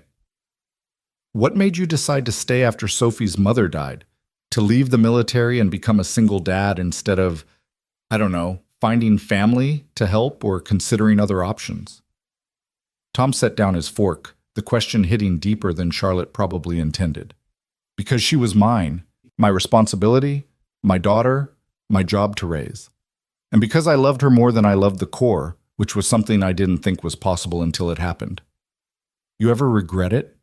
The choice? Never. The circumstances that forced it? Every day." Tom looked at Sophie across the room, her face bright with concentration as she moved a game piece. "She's the best thing I ever did. Even on the hard days, especially on the hard days, she's worth everything I gave up." Charlotte was quiet, and when Tom looked at her, he saw something raw in her expression, longing, maybe, or grief for paths not taken. "I wanted kids," Charlotte said softly. "When I was younger, I had this whole plan. Build the career first, find the right partner, then start a family by 35. Very organized, very controlled." She smiled without humor. "Then Dad died and I inherited the company at 24. Suddenly I was responsible for thousands of employees and their families, and my own plans just evaporated. I kept thinking I'd have time later, but later never came." "It's not too late," Tom offered. "I'm 42, single, married to a corporation that demands everything I have. It feels pretty late." She shook her head. "Sorry, this is heavy conversation for a party. I don't know why I'm telling you this. Maybe because I understand what it means to choose one life and lose another in the process." Charlotte met his eyes, and something passed between them: recognition, understanding, a shared acknowledgement of roads not traveled and prices paid. For a moment, Tom felt like he was seeing the real Charlotte, not the CEO or the boss or the polished executive, but the woman underneath all those roles who was just as uncertain and human as anyone else. "Charlotte!" Amanda appeared, slightly breathless. "Sorry to interrupt, but David needs you. Something about next quarter's projections." Charlotte sighed, the vulnerable moment closing like a door. "Work never stops, even at parties." She stood, touching Tom's shoulder briefly. "Thank you for coming tonight. It means a lot." She disappeared into the crowd, and Tom was left alone with his thoughts and his half-eaten plate of food. Michael's words echoed in his head. She needs people in her life who aren't employees or board members. But what was Tom supposed to do with that information? He worked for Charlotte. She'd given him everything: the job, the career, the stability that had transformed his and Sophie's lives. Getting involved beyond that, even as a friend, felt complicated in ways Tom wasn't equipped to navigate. The party wound down around 9. Kids started getting cranky, parents made noises about bedtimes and early mornings. Tom found Sophie in the game room, teaching two younger kids how to play pool with adorable seriousness. "Time to go, Soph." "Already?" She looked disappointed but didn't argue, saying goodbye to her new friends with promises to maybe see you next time. They found Charlotte in the kitchen, loading the dishwasher despite several offers of help from lingering guests. "Thank you for having us," Tom said. "Sophie had a great time." "It was the best party ever," Sophie declared. "Even better than Amy's birthday party at the roller rink." Charlotte smiled, kneeling down to Sophie's level. "I'm so glad you came. You know what? Next time I need someone to help me plan a party, I'm hiring you as my consultant." Sophie's eyes went wide. "Really? Really? You clearly know what makes a party successful." They said their goodbyes, collecting coats and heading out into the cold December night. The drive home was quiet, Sophie dozing in the back seat, Tom replaying moments from the evening. He thought about Charlotte's admission, about the loneliness Michael had mentioned, about how success could sometimes mean sacrificing the very things that made life worth living. When they got home, Tom carried Sophie inside. She'd fallen fully asleep in the truck and tucked her into bed, still wearing the red dress. He'd let her change in the morning. Tonight, she looked peaceful and happy, and that was enough. Tom made himself a cup of tea and stood on the balcony looking out over the park. Christmas lights twinkled in the distance. Somewhere a dog barked. The city hummed with its endless rhythm. His phone buzzed. A text from Charlotte. "Thank you again for coming.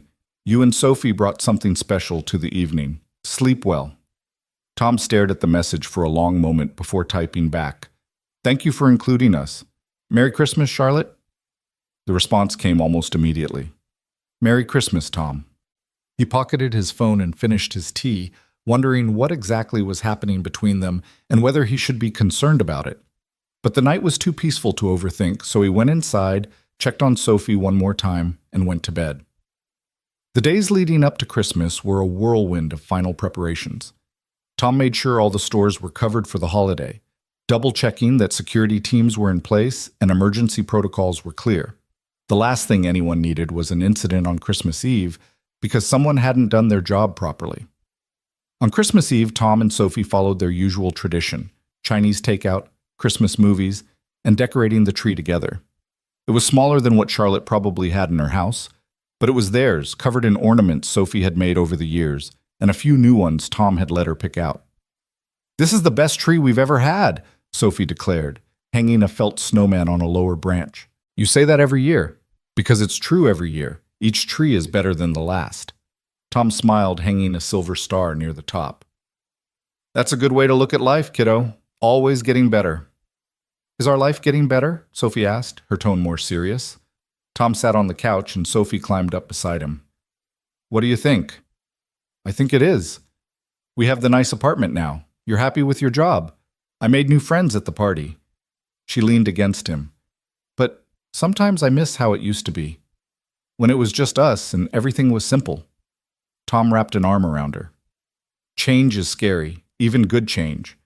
But you know what hasn't changed?" "What?" "Us. You and me. That's forever, Soph. No matter how big the apartment gets, or how many parties we go to, or how fancy my job becomes, we're a team." Sophie nodded against his chest.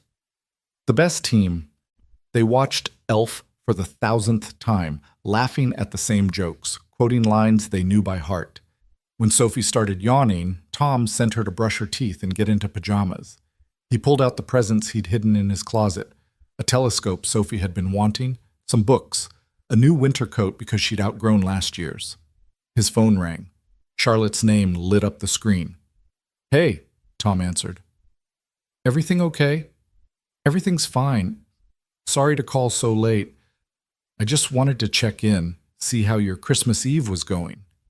Tom glanced at the tree, the scattered wrapping paper and ribbon he'd been organizing. "Good. Quiet. You?" "Quiet too. Michael flew back to Denver this morning, so it's just me and enough leftover ham to feed a small army." She laughed, but it sounded hollow. "The house feels empty." Tom heard what she wasn't saying, the loneliness behind the words, the admission that success and money couldn't fill certain voids. "You should come by tomorrow," Tom heard himself say before his brain could catch up. For Christmas. Nothing fancy, just us. But we always make too much food, and Sophie would love to see you. There was a pause, long enough that Tom started to regret the impulse. Then Charlotte said quietly, Are you sure? I don't want to intrude. You wouldn't be intruding. Come by around 2. We'll do dinner early so Sophie doesn't explode from anticipation. Another pause. Okay, thank you, Tom. I'd like that. They said goodnight, and Tom stood in his living room wondering what he'd just done. Inviting his boss to Christmas dinner seemed like the kind of boundary crossing that could complicate things. But Charlotte had looked so lost at her own party, so aware of everything she'd sacrificed. And it was Christmas. Nobody should be alone on Christmas. He finished wrapping presents and put them under the tree. Sophie appeared in the doorway, eyes half closed. I thought you were asleep, Tom said. Couldn't sleep. Too excited. She patted over and looked at the presents. How many did you get me? You'll find out tomorrow. Will Miss Charlotte come visit us for Christmas? Tom blinked. How did you know I invited her? I heard you talking on the phone. It's okay, Dad. I'm glad she's coming. She shouldn't be alone. Tom pulled Sophie into a hug. When did you get so wise? I've always been wise. You're just figuring it out, she yawned. Can we make the cinnamon rolls tomorrow for breakfast? The ones that take forever? Those are the best ones. Then yeah, we'll make them. Now go to sleep before Santa decides you're too much trouble. Sophie giggled and headed back to her room.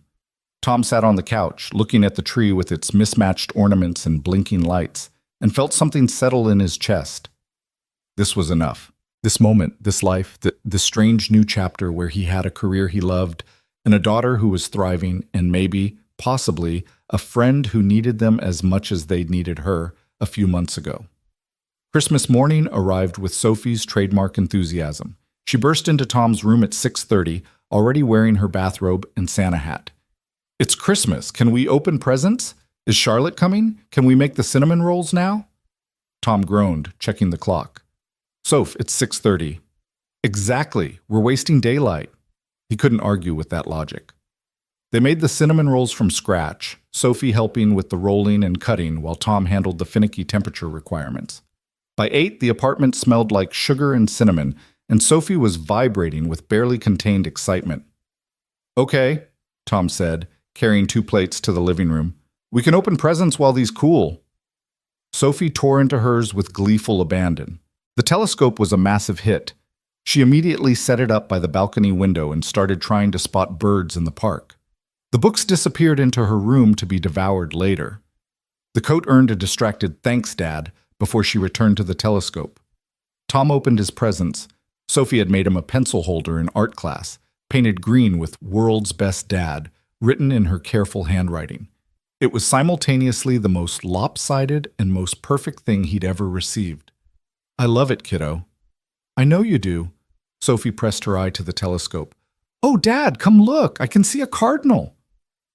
They spent the morning taking turns with the telescope, Sophie keeping a detailed log of every bird she spotted. Around noon, Tom started preparing dinner, turkey breast because neither of them liked dark meat, mashed potatoes, green beans, rolls. Nothing fancy, but Sophie's favorite foods. At 2 o'clock exactly, the doorbell rang. Sophie ran to answer it, pulling the door open to reveal Charlotte standing in the hallway, holding a bottle of wine and a wrapped present. Merry Christmas, Sophie said, hugging Charlotte before she'd even stepped inside. Charlotte looked surprised but pleased, hugging her back. Merry Christmas, Sophie. She looked up at Tom. Hi. Come in, Tom said, suddenly aware of how small and ordinary his apartment must seem compared to Charlotte's house. Sorry about the mess. Sophie's been testing out her new telescope all morning. A telescope? That's wonderful. Charlotte handed him the wine and held out the present to Sophie. This is for you. I hope you like it. Sophie tore into it with characteristic enthusiasm. Inside was a beautiful leather journal with her name embossed on the cover, along with a set of colored pens. For recording your observations, Charlotte explained, every good scientist needs a proper notebook. Sophie's face lit up. This is so cool. Thank you. She ran to show Tom. Dad, look, it has my name and everything. That's beautiful, Soph. What do you say? Thank you, Charlotte. It's perfect. Sophie disappeared into her room to write her first entry, leaving Tom and Charlotte standing in the living room. Charlotte looked around, taking in the small tree, the modest furniture, the photos on the wall of Sophie at various ages. "Your home is lovely," she said. "It's small. It's warm. There's a difference." Charlotte removed her coat, and Tom hung it in the closet. "Something smells amazing. Turkey and all the fixings. Nothing fancy." "Fancy is overrated. This is—" She trailed off, her expression softening. "This is exactly what I needed." They settled into an easy rhythm. Charlotte helped set the table while Tom finished cooking. Sophie kept running out to share telescope discoveries and journal entries. When they sat down to eat, it felt natural, like they'd done this 100 times before instead of it being the first. "This is delicious," Charlotte said after her first bite. "Where did you learn to cook?" "Trial and error, mostly. When you're responsible for keeping an 8-year-old fed and healthy, you figure it out fast." Sophie nodded seriously. "Dad used to make really bad food. Remember the spaghetti incident?" Tom groaned. "We don't talk about the spaghetti incident." "What happened?" Charlotte asked, clearly amused. "He forgot to put water in the pot," Sophie said. "The noodles turned into basically charcoal and the smoke alarm went off. Mrs. Chen from downstairs, this was our old apartment, came running up thinking the building was on fire." Charlotte laughed, a real laugh that made her whole face light up. "I would have paid to see that." "It was a learning experience," Tom said dryly. They ate and talked, the conversation flowing easily from topic to topic. Charlotte asked Sophie about school, about her friends, about what she wanted to be when she grew up. "An astronaut," Sophie said confidently. "Or maybe a marine biologist or a teacher. I haven't decided yet." "You've got time," Charlotte said. "That's the nice thing about being 8. The whole world is still possible." "What did you want to be when you were 8?" Sophie asked. Charlotte thought about it. "A veterinarian. I was obsessed with animals, had a whole collection of stuffed dogs and cats. I made my parents set up a pretend animal hospital in the garage." "What changed?" "Life, I guess. My father needed help with the business, and I was good at numbers and strategy, so that's what I became." "Do you regret it?" The question came from Tom, surprising himself. Charlotte met his eyes. "Sometimes. Not the company itself. I love what we've built. But the cost of it? Yeah. Sometimes I regret that." The honesty hung in the air for a moment before Sophie, oblivious to the weight of it, said, "Well, it's good you run the company because otherwise Dad wouldn't have a job and we'd still be in the tiny apartment." Charlotte smiled. "Then I'm glad too." After dinner, they moved to the living room. Sophie demonstrated her telescope, showing Charlotte how to adjust the focus and find the cardinal nest she'd been tracking. Tom cleaned up the kitchen, listening to their voices drifting from the other room, Sophie's excited chatter and Charlotte's warm responses. When he returned, Sophie was showing Charlotte her journal, pointing out the detailed drawings she'd already started making of different birds. "You're quite the artist," Charlotte said. "These are really good, Sophie." "Dad says I get it from my mom. She used to draw too." Tom tensed slightly, but Charlotte handled it with grace. "She must have been very talented, just like you." They played board games until Sophie started yawning.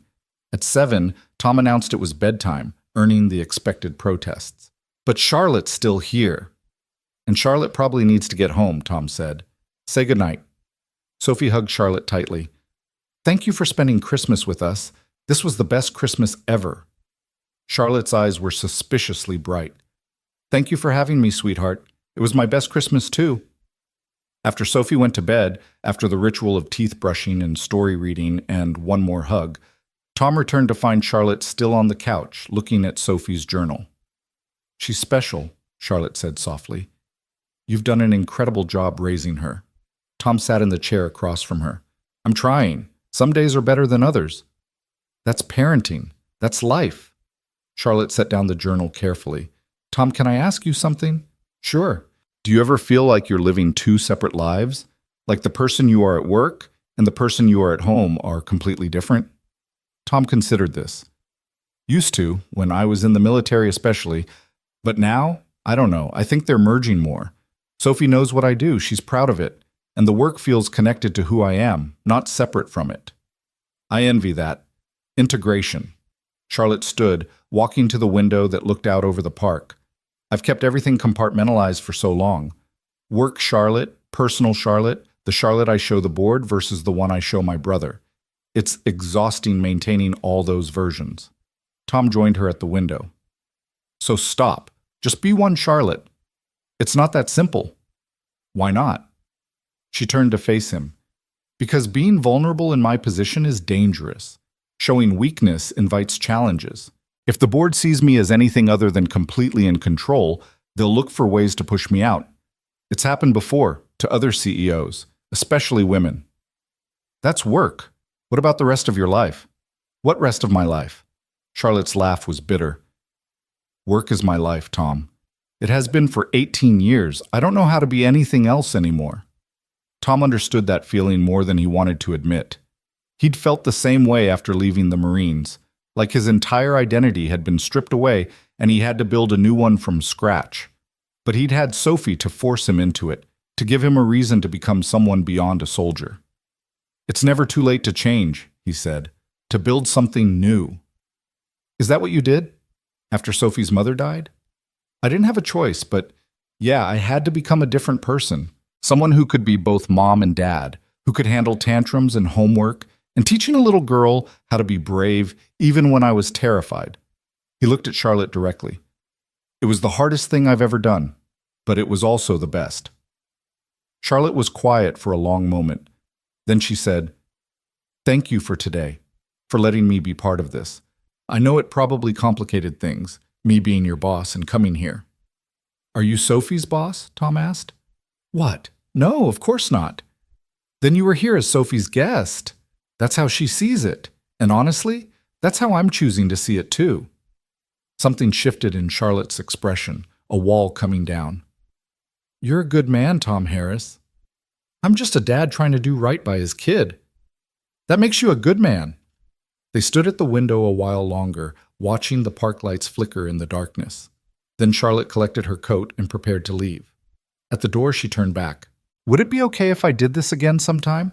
Not Christmas specifically, but spending time with you and Sophie, outside of work."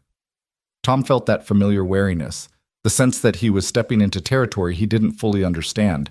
But he thought about Sophie's face when Charlotte had arrived, the way she'd lit up. He thought about how natural it had felt, having Charlotte here. How right. "Yeah," he said, "that would be okay." Charlotte smiled, and for the first time since he'd met her, Tom saw her completely relaxed. "Good. Merry Christmas, Tom." "Merry Christmas, Charlotte." He watched her walk down the hall to the elevator, waited until the doors closed behind her. Then he went back inside, turned off the tree lights, and checked on Sophie one more time. She was fast asleep, the journal on her nightstand, the telescope still pointed at the window. Tom stood in her doorway, watching her breathe, and felt the weight of the day settle on him. Something had shifted today, something he couldn't quite name. A boundary had been crossed, or maybe just acknowledged. Charlotte wasn't just his boss anymore. She was becoming something else, a friend, maybe. Or something more complicated. He wasn't sure how he felt about that. But as he got ready for bed, Tom's phone buzzed with a text from Charlotte. "Thank you again for today. You and Sophie gave me something I didn't know I was missing. Sleep well." Tom typed back, "You gave us something too. Good night, Charlotte." He fell asleep wondering what exactly they'd all found in each other, and whether it was something that could last beyond the holidays, beyond the clean boundaries of boss and employee, beyond the safe distance they'd maintained until now. The answer, he suspected, would reveal itself soon enough. January arrived with the kind of cold that made Tom grateful for the truck's working heater and Sophie's new winter coat. The holidays had passed in a blur of normalcy. New Year's Eve spent at home with sparkling cider and a countdown Sophie barely made it to. The first week back at school, marked by Sophie's enthusiastic reports about classmates' vacation adventures. Work resumed its steady rhythm, but something had fundamentally shifted in the dynamic between Tom and Charlotte. She texted more often now, not just about work. Photos of interesting birds she'd spotted in her yard, knowing Sophie would want to see them. Articles about telescope technology. Once, a picture of her attempting to make cinnamon rolls with the caption, "Harder than it looks. Instructions unclear. Kitchen on fire. Send help." Tom had laughed out loud in his office, then typed back, "You forgot the water, didn't you?" "How did you know?" "Lucky guess."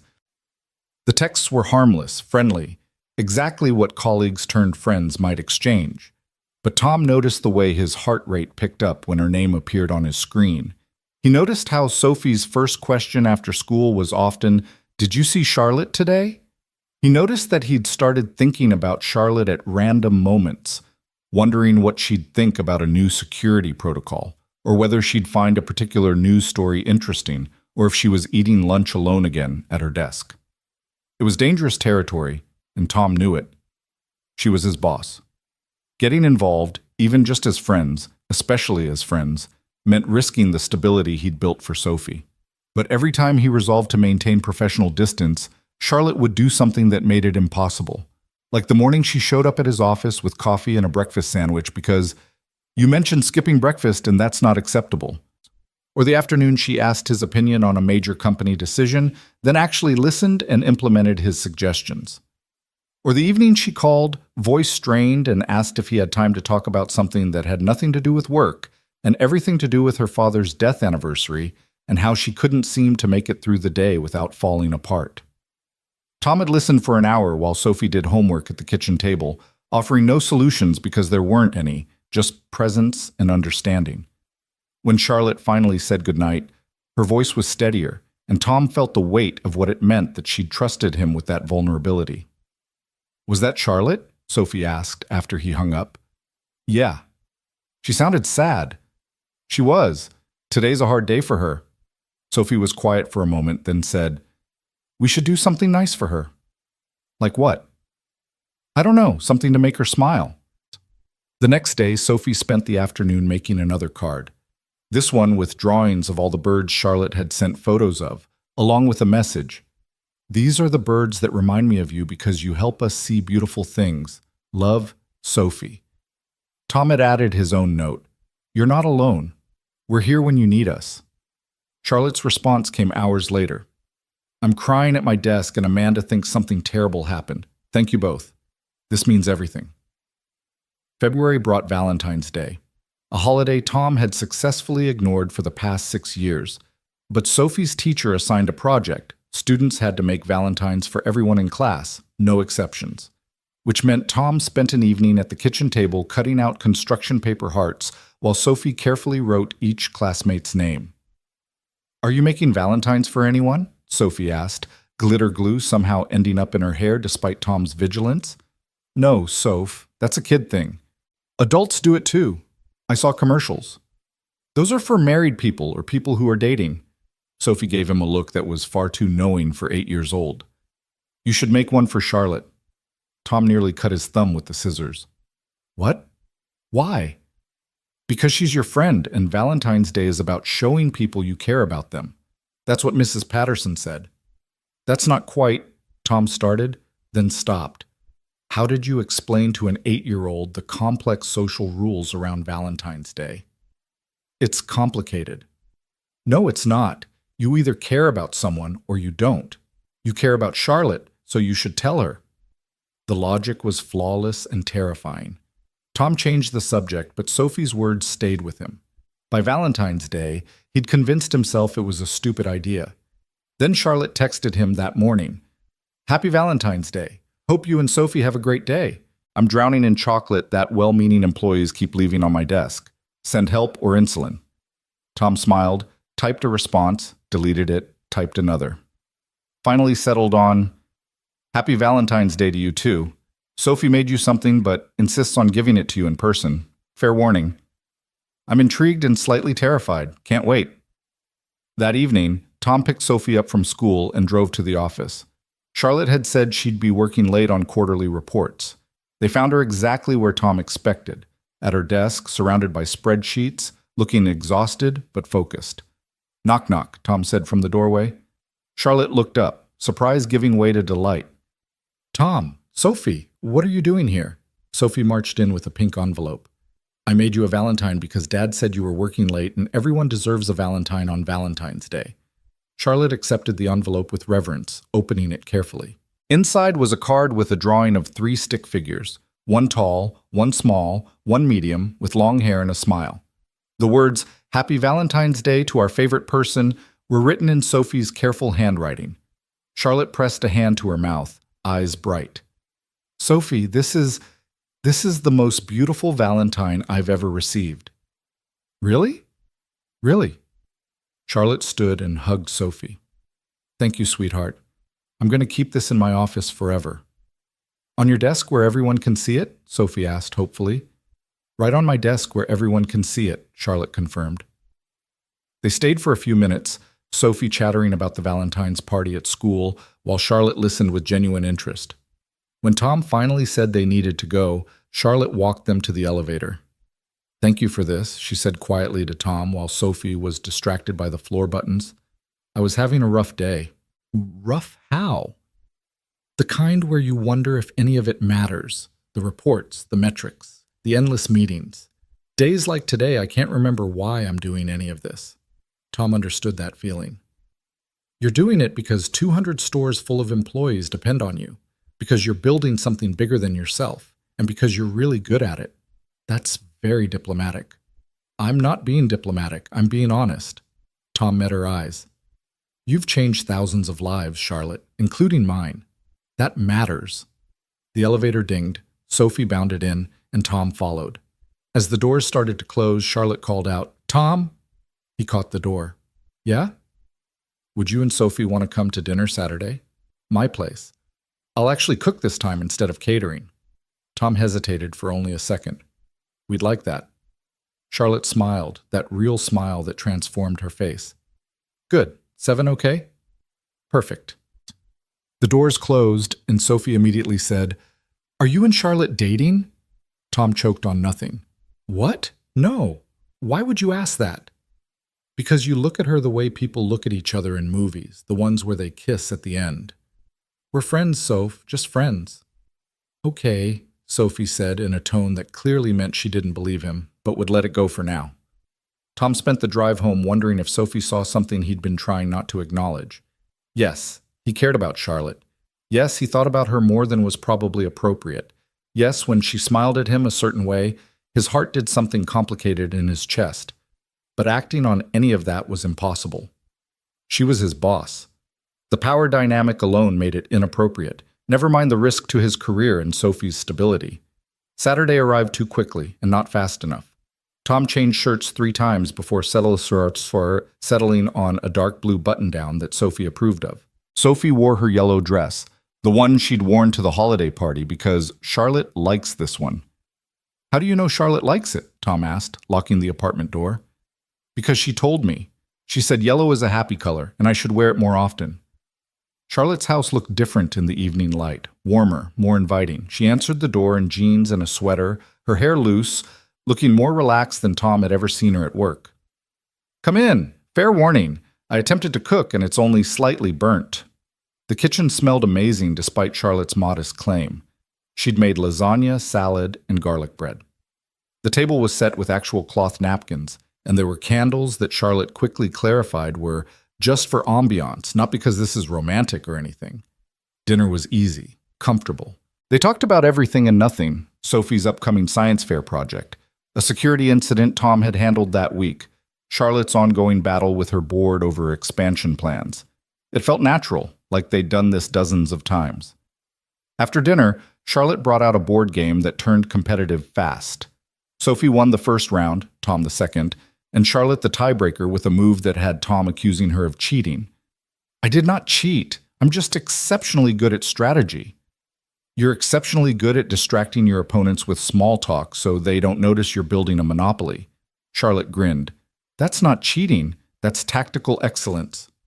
By 9, Sophie was yawning despite her protests that she wasn't tired. Tom scooped her up, and she was asleep before they made it to the front door. "She's out," Tom whispered. Charlotte smiled softly, reaching out to brush a strand of hair from Sophie's face. "She's wonderful, Tom. You know that, right? You're raising an incredible human being." "I'm trying. Most days I feel like I'm fumbling through it." "That's how you know you're doing it right. The parents who think they have it all figured out are the ones who mess up." Tom shifted Sophie's weight, and she mumbled something incoherent, burrowing into his shoulder. I should get her home. Wait.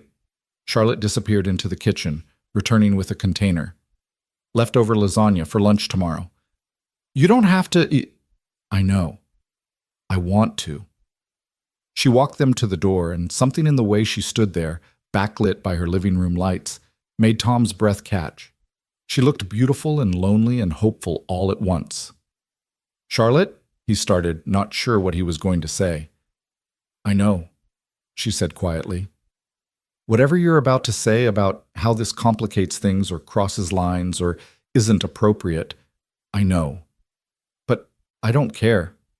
I haven't felt this present in years. Like I'm actually living my life instead of just managing it. And that's because of you.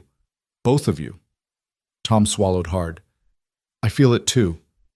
But we have to be careful. My job, Sophie's stability.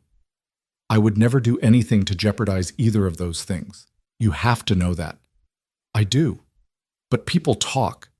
If anyone at the company thought there was something between us... Is there? Charlotte asked. Something between us?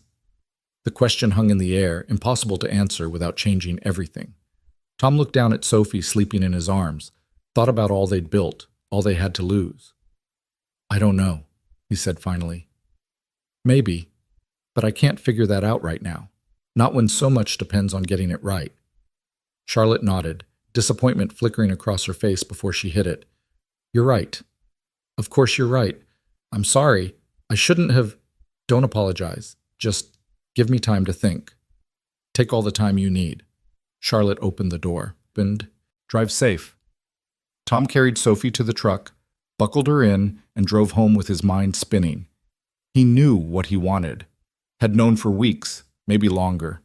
He wanted to see where this thing with Charlotte could go, wanted to explore the connection that had been building since that morning in the grocery store. But wanting something didn't make it wise. At home, he tucked Sophie into bed and stood in her doorway for a long time, watching her sleep. She'd been through so much loss already. Her mother, the instability of those early years, the constant moves and uncertainty. She was finally thriving, finally happy and secure. Was Tom willing to risk that for a relationship that might not work out? His phone buzzed, a text from Charlotte. I'm sorry if I made things awkward. I value your friendship too much to lose it over my inability to keep my feelings to myself. Can we forget I said anything? Tom stared at the message, then typed, Nothing to forget. And for the record, you didn't say anything I haven't been thinking myself, but we both need to be smart about this. Agreed. Good night, Tom. Good night, Charlotte. The following weeks were a careful dance of maintained boundaries and unspoken tension. They kept their interactions professional at work, never meeting alone unless it was clearly business-related. But the texts continued, the small moments of connection that neither of them seemed willing to give up. In March, Sophie's science fair project consumed their lives. She'd decided to track bird migration patterns using her telescope and journal, correlating her observations with data from ornithology websites. It was ambitious for a third grader, but Sophie approached it with characteristic determination. Dad, I need to present this to someone who isn't you, Sophie announced one evening. Mrs. Patterson says practicing with a real audience helps. What about Mrs. Chen? I already practiced with her twice. I need someone new. Tom knew where this was going. You want to practice with Charlotte. She'd be perfect. She likes science and birds, and she's really smart. Tom couldn't argue with that logic. He texted Charlotte, expecting a polite excuse. Instead, she responded immediately. I would be honored. When and where? They arranged for Charlotte to come to the apartment on Thursday evening. Sophie prepared like she was presenting to the Nobel Committee, arranging her poster board, organizing her data, practicing her speech until Tom could recite it from memory. Charlotte arrived exactly on time, bringing flowers for their table because presentations deserve ambiance, and a bag of fancy chocolates for post-presentation celebration. Sophie led her through the project with impressive confidence, explaining migration routes and seasonal patterns, and how temperature affected bird behavior. Charlotte asked thoughtful questions, praised specific details, and offered gentle suggestions that Sophie eagerly incorporated. You're going to win this science fair, Charlotte said when Sophie finished. That was professional level work. Sophie beamed. Really? Really? I'm so impressed, Sophie. You should be very proud. After Sophie went to bed, buzzing with confidence and chocolate, Charlotte lingered. She and Tom stood in the kitchen, the comfortable silence between them charged with everything they weren't saying. She's going to do great, Charlotte said. You've raised a scientist. I've raised a kid who asks too many questions and never accepts because I said so as an answer. That's what scientists do. Charlotte smiled. Tom, can I ask you something? Sure. When you think about the future, what do you see? The question was loaded, and they both knew it. Tom chose his words carefully. I see Sophie growing up. I see myself continuing to build something meaningful at work. I see stability, security, happiness, things I didn't think were possible a year ago. And is there room in that future for... Charlotte trailed off. For what? For me. For this. Whatever this is between us. Or am I kidding myself that there's something here worth exploring? Tom's heart hammered. You're not kidding yourself. There's something here. I feel it every time I see you, every time you text, every time Sophie talks about you like your family. But Charlotte, I'm terrified of screwing this up, of hurting Sophie if things don't work out, of losing my job if the company decides we've crossed too many lines. So we do nothing? Just ignore what we both feel because it's complicated? I don't know. Maybe. For now. Tom ran a hand through his hair. I'm not saying never. I'm saying not yet. Not until I figure out how to do this without risking everything. Charlotte was quiet for a long moment. Then she nodded. Okay, I can respect that. But Tom? Don't wait too long. Life's too short to let fear make all your decisions. She left, and Tom stood in his kitchen wondering if he was being wise or just a coward. The science fair was a triumph. Sophie won second place in her grade category, narrowly beaten by a sixth grader's volcano that actually erupted. She was thrilled with her ribbon and the judges' comments about her exceptional data collection and analysis. Charlotte had sent flowers to the school with a card. Congratulations, scientist Sophie. So proud of you. Love, Charlotte. The word love hadn't escaped Tom's notice. Neither had Sophie's response. Can we invite Charlotte to my celebration dinner?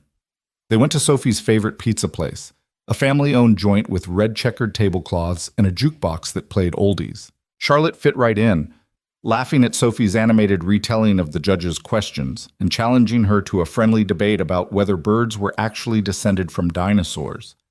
Watching them together, Sophie gesturing wildly while Charlotte listened with genuine fascination, Tom felt something shift inside him. This was what family looked like. Not the traditional configuration he'd once imagined, but something real and right and full of possibility. After dinner, they walked through the park near Tom's apartment. Sophie ran ahead, chasing a dog whose owner had stopped to chat with another parent. Tom and Charlotte walked in comfortable silence, hands almost but not quite touching. She's happy, Charlotte said softly. Really, truly happy. She is. Are you? Tom looked at Charlotte, at the woman who'd given him a second chance, who'd become part of their lives so seamlessly he couldn't remember what it felt like before she was there. Yeah, I am. Are you? Getting there. Charlotte smiled. For a long time, I thought happiness meant achieving the next goal, hitting the next milestone, proving I was good enough to fill my father's shoes. But lately, I've realized happiness isn't something you achieve.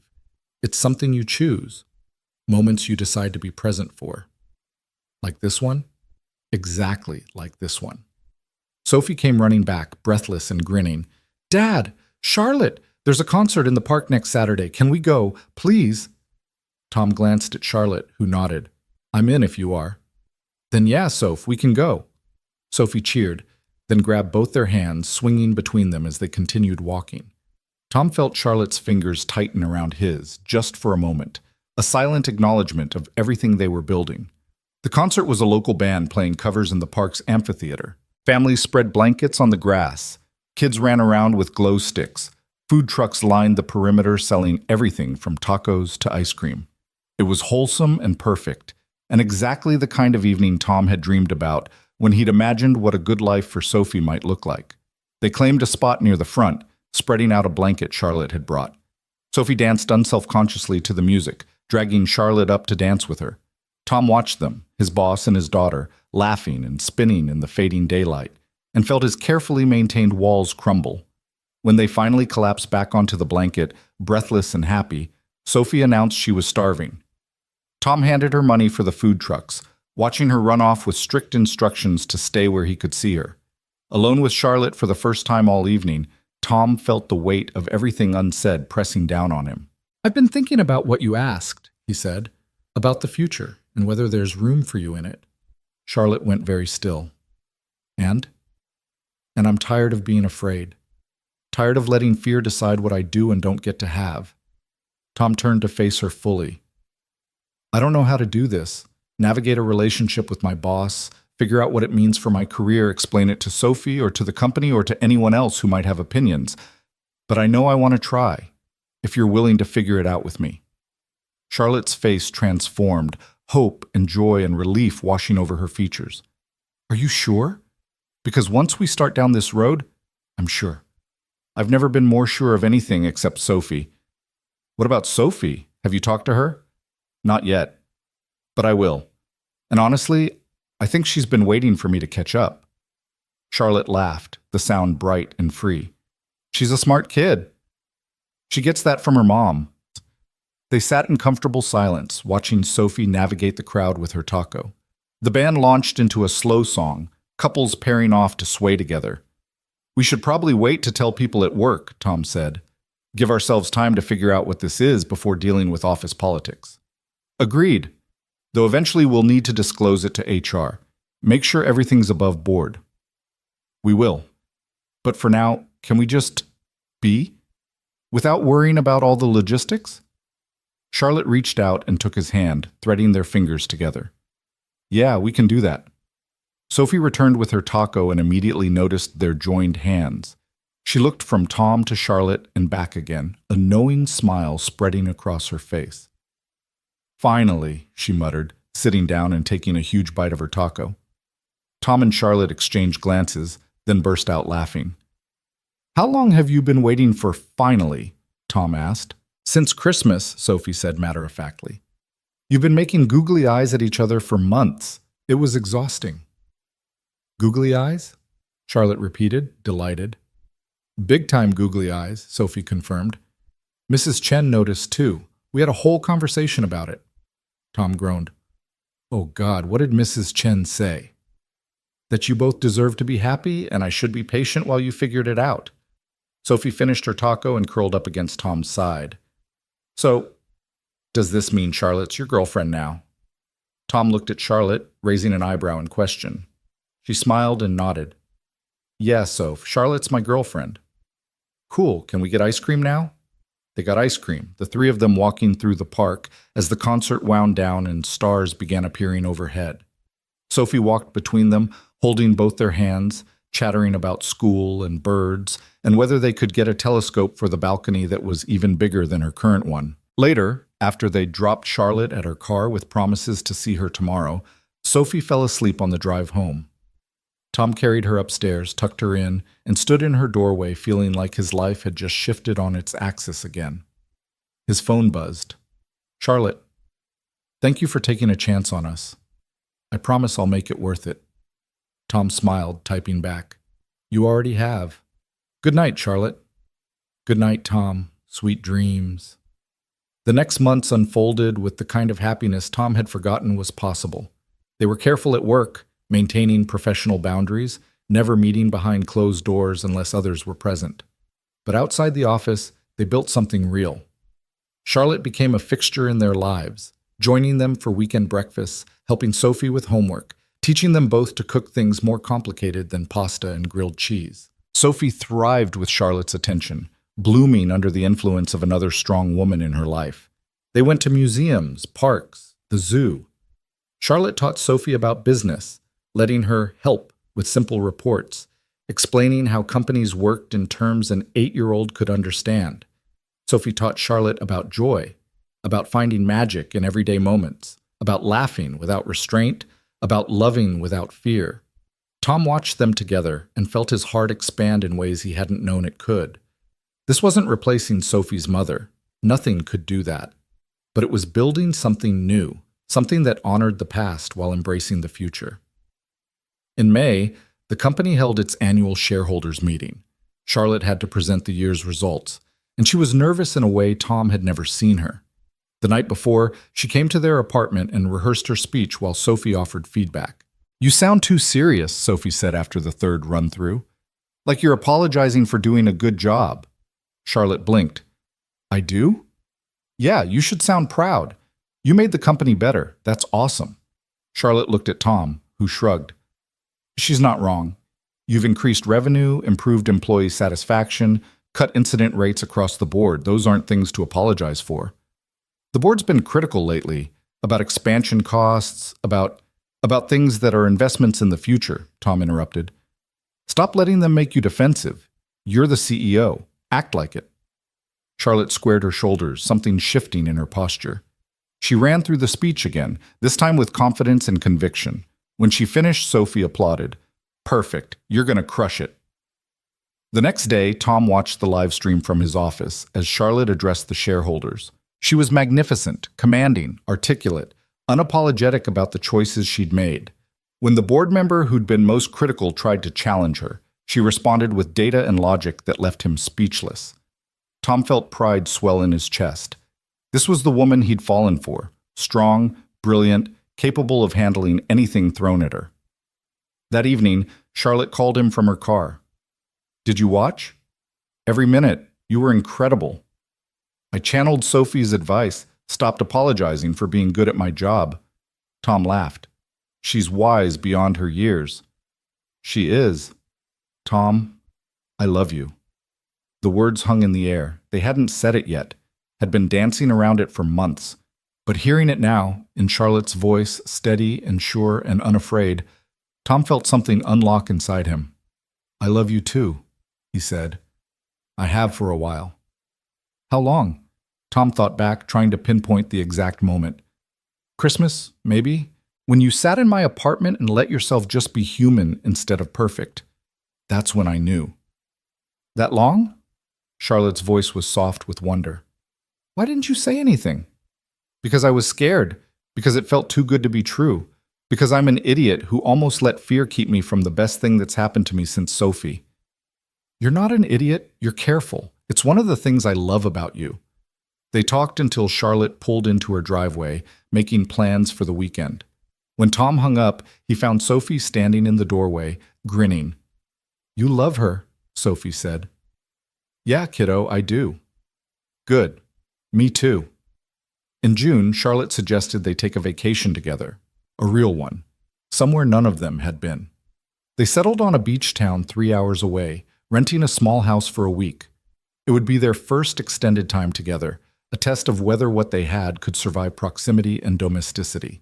The week was perfect in its imperfection. They got sunburned the first day because nobody remembered to reapply sunscreen.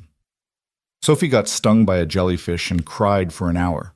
Tom and Charlotte had their first real fight about something stupid, whether to eat out or cook in, and learned how to apologize and compromise. But there were also morning walks on the beach, Sophie collecting shells while Tom and Charlotte talked about everything and nothing. There were afternoon naps in the hammock, the three of them piled together like puppies. There were sunset dinners where they laughed until their stomachs hurt, and quiet evenings where they just existed in each other's space. On the last night, after Sophie had gone to bed, Tom and Charlotte sat on the porch, listening to the waves. "I want this," Charlotte said quietly. "Not just the vacation, all of it. The everyday stuff, the boring domestic life I thought I'd never have." "It's not too late," Tom said. "I'm 43, Tom. If we're talking about marriage, kids, are we talking about that?" Charlotte looked at him, vulnerable and hopeful. "I don't know. Are we?" Tom thought about it, about what it would mean to get married, to fully join their lives, to give Sophie the family she deserved and Charlotte the home she'd been missing. It was fast, maybe too fast by conventional standards, but nothing about their relationship had been conventional from the start. "Yeah," he said, "I think we are." Charlotte's breath caught. "Really?" "Really.